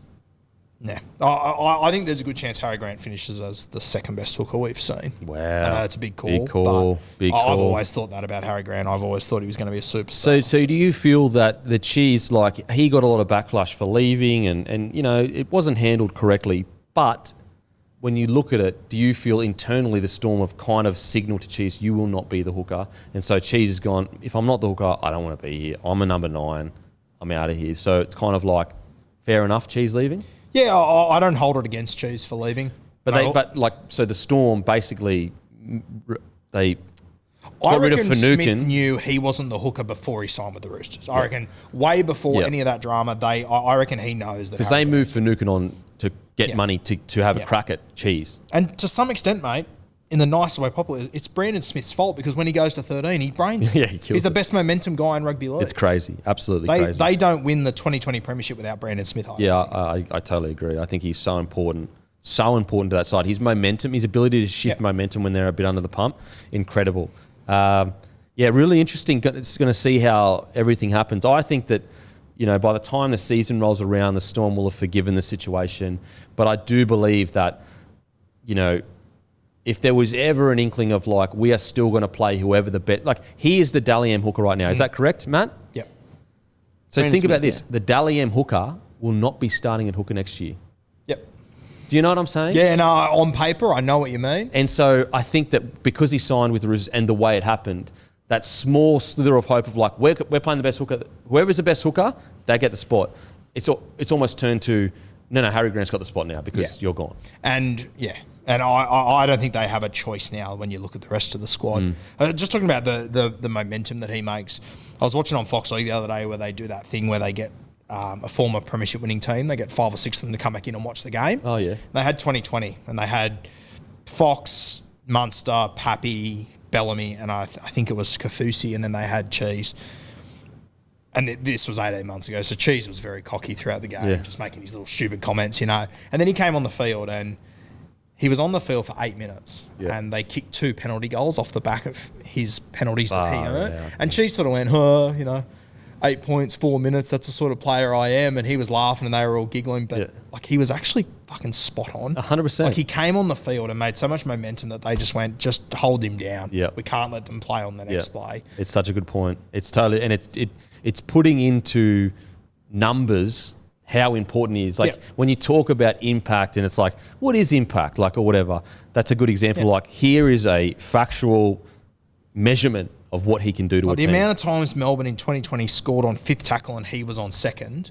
And it's only a matter of winning an extra 4 metres and getting to your front. And it changes the whole thing. Yep. Totally. Xavier Coates, I think we're in for an absolute... I mean, it's going to be another Storm success story. Nick Meaney as well, I think, is going to be a great cover if he does, anyone gets injured. Who, do they run with the utility? I don't think so because they got Grant and they got Grant and Cheese. So I think that's enough to cover essentially anywhere you need to cover.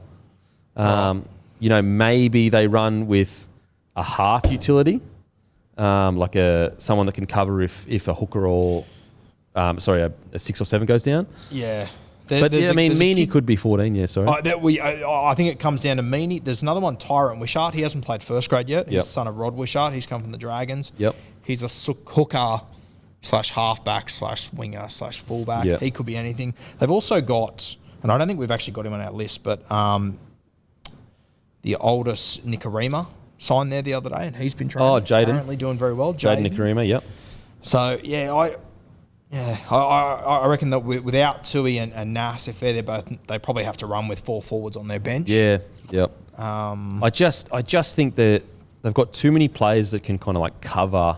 Yeah, fair. You know, but in saying that, if you lost, you know, maybe they'll run with like a 13 utility, like more a forward utility, maybe. Could be your mate, this Jack Hallworth.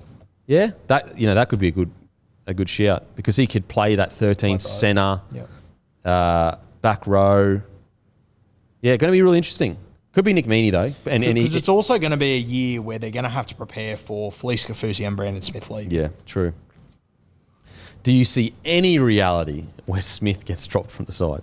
I don't think they've got the option. Yeah, and I'm sick of hearing people tell me that because he wants to win a premiership at the next club he goes to, he's not going to go hard for them. Bullshit. Yeah, I think it's just could have been handled better. You're right. Yeah, 100%. Yeah. It was just poorly handled. But I agree with you that it's the optics of it. It's not the reality of it. Yeah. That's the concern. Yes. It's the optics. The reality is any player going to any club is going to want to win a premiership. Yeah. But it's the optics of the media taking it and, you know, turning it into what it... And the media didn't take it and, you know, other than the person that was counting fucking swear words, like, come on, man.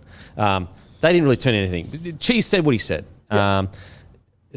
But I agree with you, though, that if there is literally one player in the entire NRL, you know, having a fucking dig, it's him. It's to Cheese. So, I totally agree with you. Now, I've kind of already spoken about this. The Knights. Actually, just quickly, we'll go back just the Storm.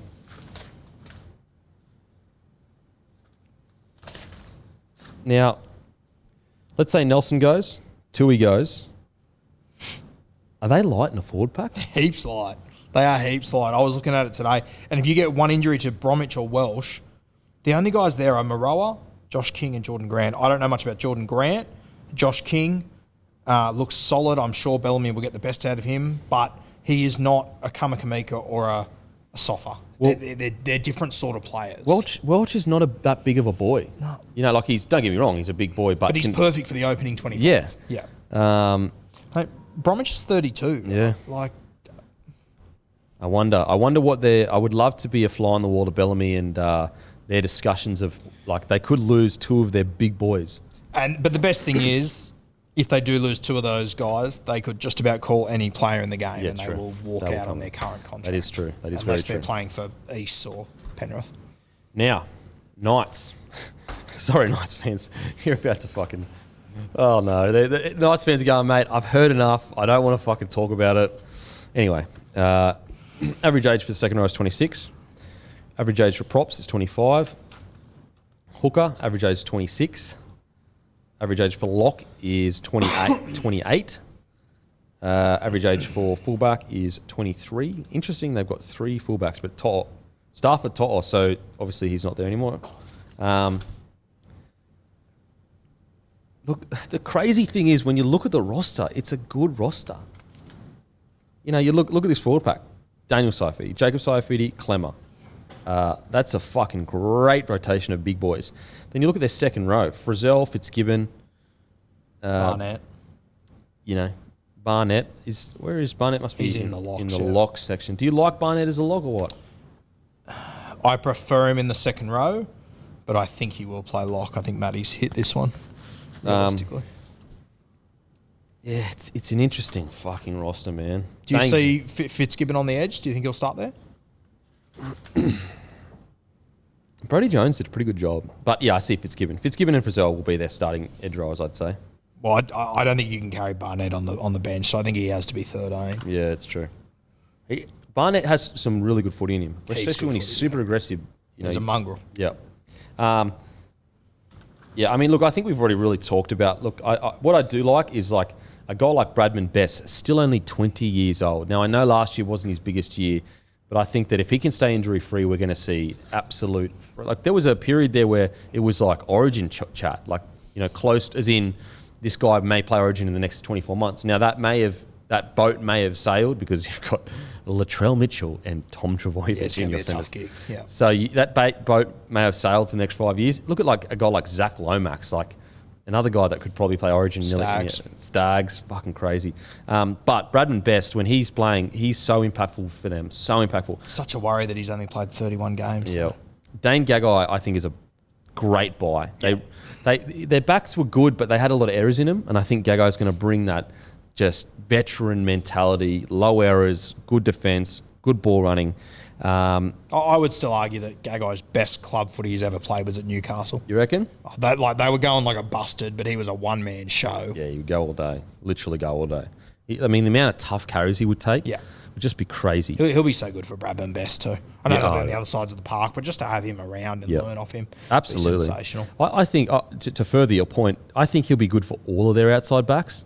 Just teach them, like every week, during last year, I'd come on here and I would look at the error rate, and it would be like 8 errors for the backs and 2 for the forwards. Yeah. And like that is such a huge no-no as a back. Your most base job is very minimal errors. Yeah. The dogs in the middle can afford to make an error because they're getting through so much work. So if a forward, drops a ball and tackle, you go, you know what? Fuck, bro, you just made 20 tackles and you're getting absolutely sweet. Whereas when an outside back takes a scoot and drops it, it's just not acceptable. Yeah. It is not acceptable. I think Dane Gagai is going to be, because they didn't really have, like, I'm trying to think of, like, they didn't really have any outside backs that were experienced. Really? I think Heimel's got the most, and he's sitting. And he's basically a rookie still, to an extent. He's played up, yeah. Heimel's 28 with 101st grade games, but he's still like... It was in and out of first grade for quite a while. Whereas Dane Gagai is tippity top. Yeah. Tippity top. There's a big gap between the two. Yeah. And don't get me wrong, Heimel Hunt, when he plays some good footy, he's fucking really very good. Solid, yeah. Got married last week, Heimel. Did he? Him and Ellie, yeah. Thoughts on Adam Clune from the Dragons? Could he be the man, the experience? He actually brained it in New South Wales Cup a couple of years ago. Yeah, apparently, like, people always were sending me, you've got to check Sam Clune out, and, like, his highlights were fucking crazy. His right to left pass is one of the best you will ever see, but we have not seen... And I remember when he made his first grade debut, he was a little bit older, he was 25 or something, and I remember I posted about it, and I said, watch his right to left, get on Jordan Piera, he's the left winger, first try, and he didn't throw it once. I don't know if he didn't have the opportunity or whatever it was, but... but once again, New South Wales Cup, he sort of floated along. Then he had 1 year where he just went... Like he got almost 30 try assists in one season. He really brained it. But yeah, I have been disappointed with what I've seen since arriving in first grade. But once again, being a first grade halfback is so difficult. It's not even funny. Like people undervalue it, and it's just so hard to be average for me as a halfback. It's such a tough gig. And in this team, it's going to be tough. I don't know where Kurt Mann plays. I think he probably has to be the 14 now to cover for the hooker now that Brailey's gone down. But Kurt Mann's the sort of guy that's got the potential to maybe cover a couple of issues, but we only saw the best out of Kurt Mann when he had Pearce next to him anyway. What's, really the pressure, and I know it's on Ponga, that's a given. Everyone will accept that. But I really do believe the pressure is on Jake Clifford now. Massive amounts of pressure. People are building him up a lot. Yes. And he's 24, which is surprising. He's quite... I thought he was a bit younger. But if he doesn't play well, they don't have any... Mate, if I would have said to you in March last year that Jake Clifford's a good player, people would have laughed at me. Yeah, he was really struggling. He was really struggling. He's put together 10 good games, which have been very impressive, most of which were with Pearce next to him again, though. He's another guy that I really worry people could turn on quickly. That's what I'm saying. Because people are building him up too much. But I think Knights fans are building up because who else is there? Yeah. You know what I mean? He is just the guy. Like, if he had any other player with a little bit more experience, he would just be a good young half that we're hoping turns out to be great. But I think it's almost out of desperation that they're like, if he's our only way out. And honestly, what's crazy, he really is their own. He is, yeah. Their only way out of this. Like, but like, I get Newcastle fans talking to me like, "Oh, we just have to find someone to pair with Clifford." And I'm like, yeah. On paper, yes, but Clifford isn't an out-and-out 7 that you can rely on for 26 weeks straight. Like, not yet. He's still developing. He well and truly can be, but he's played 55 first-grade games. I don't know. Yeah. What about Phoenix Crossland? A lot of raps coming through. Hasn't really set the world alight. Had some solid games. Yeah. 21 years old. I know that Barry To'a said a few weeks ago that he had heard that this guy was going to play lock for them. Really? Which I find hard to believe. No, but Barry's mail is normally pretty good. Damn good. Yeah. He's not big enough for I don't think he is either. Far out. But do you remember a couple of years ago when he was going to be the 6 and they thought he was going to? Yeah, 100%. They just haven't. I wouldn't say he hasn't kicked on, but they haven't even given him the opportunity. That's what I mean. It's been a really bizarre, it's been strange. And the crazy thing is they've had the opportunity to blood him and be like with Pearce, just be like, you're the guy. Like Pearce has missed so much footy. They could have played Phoenix a lot more than what they have. Yep. Yeah. Look, big year. I just don't know. Brailey, oh man. It's a bigger 4 years coming up. Yeah. Look, I think this is a franchise-defining year. It's a franchise-defining 4 months. Yeah, far out. All right, boys and girls. Thank you so much for listening. We will do the next 8 sides next week. We would have talked about the cricket and the NFL, but clearly we've gone way over time. Make sure to follow the Guru at Rugby League Guru on Instagram. Also got a podcast as well that you're taking to new heights. Subscribe to Rugby League Guru. You got anything you need to say? No, mate, I think I've said enough for today. Enough for today. Sick of me now. As usual, guys, grab a case of Bloke in a bar. The beer of sport. It is the beer of sport. Make sure to get down and grab a case. I'm speaking to you, whether you're like, I'm not going to do it this week or I haven't tried or whatever. Please go and grab a case. It's a beautiful beer, I promise you that.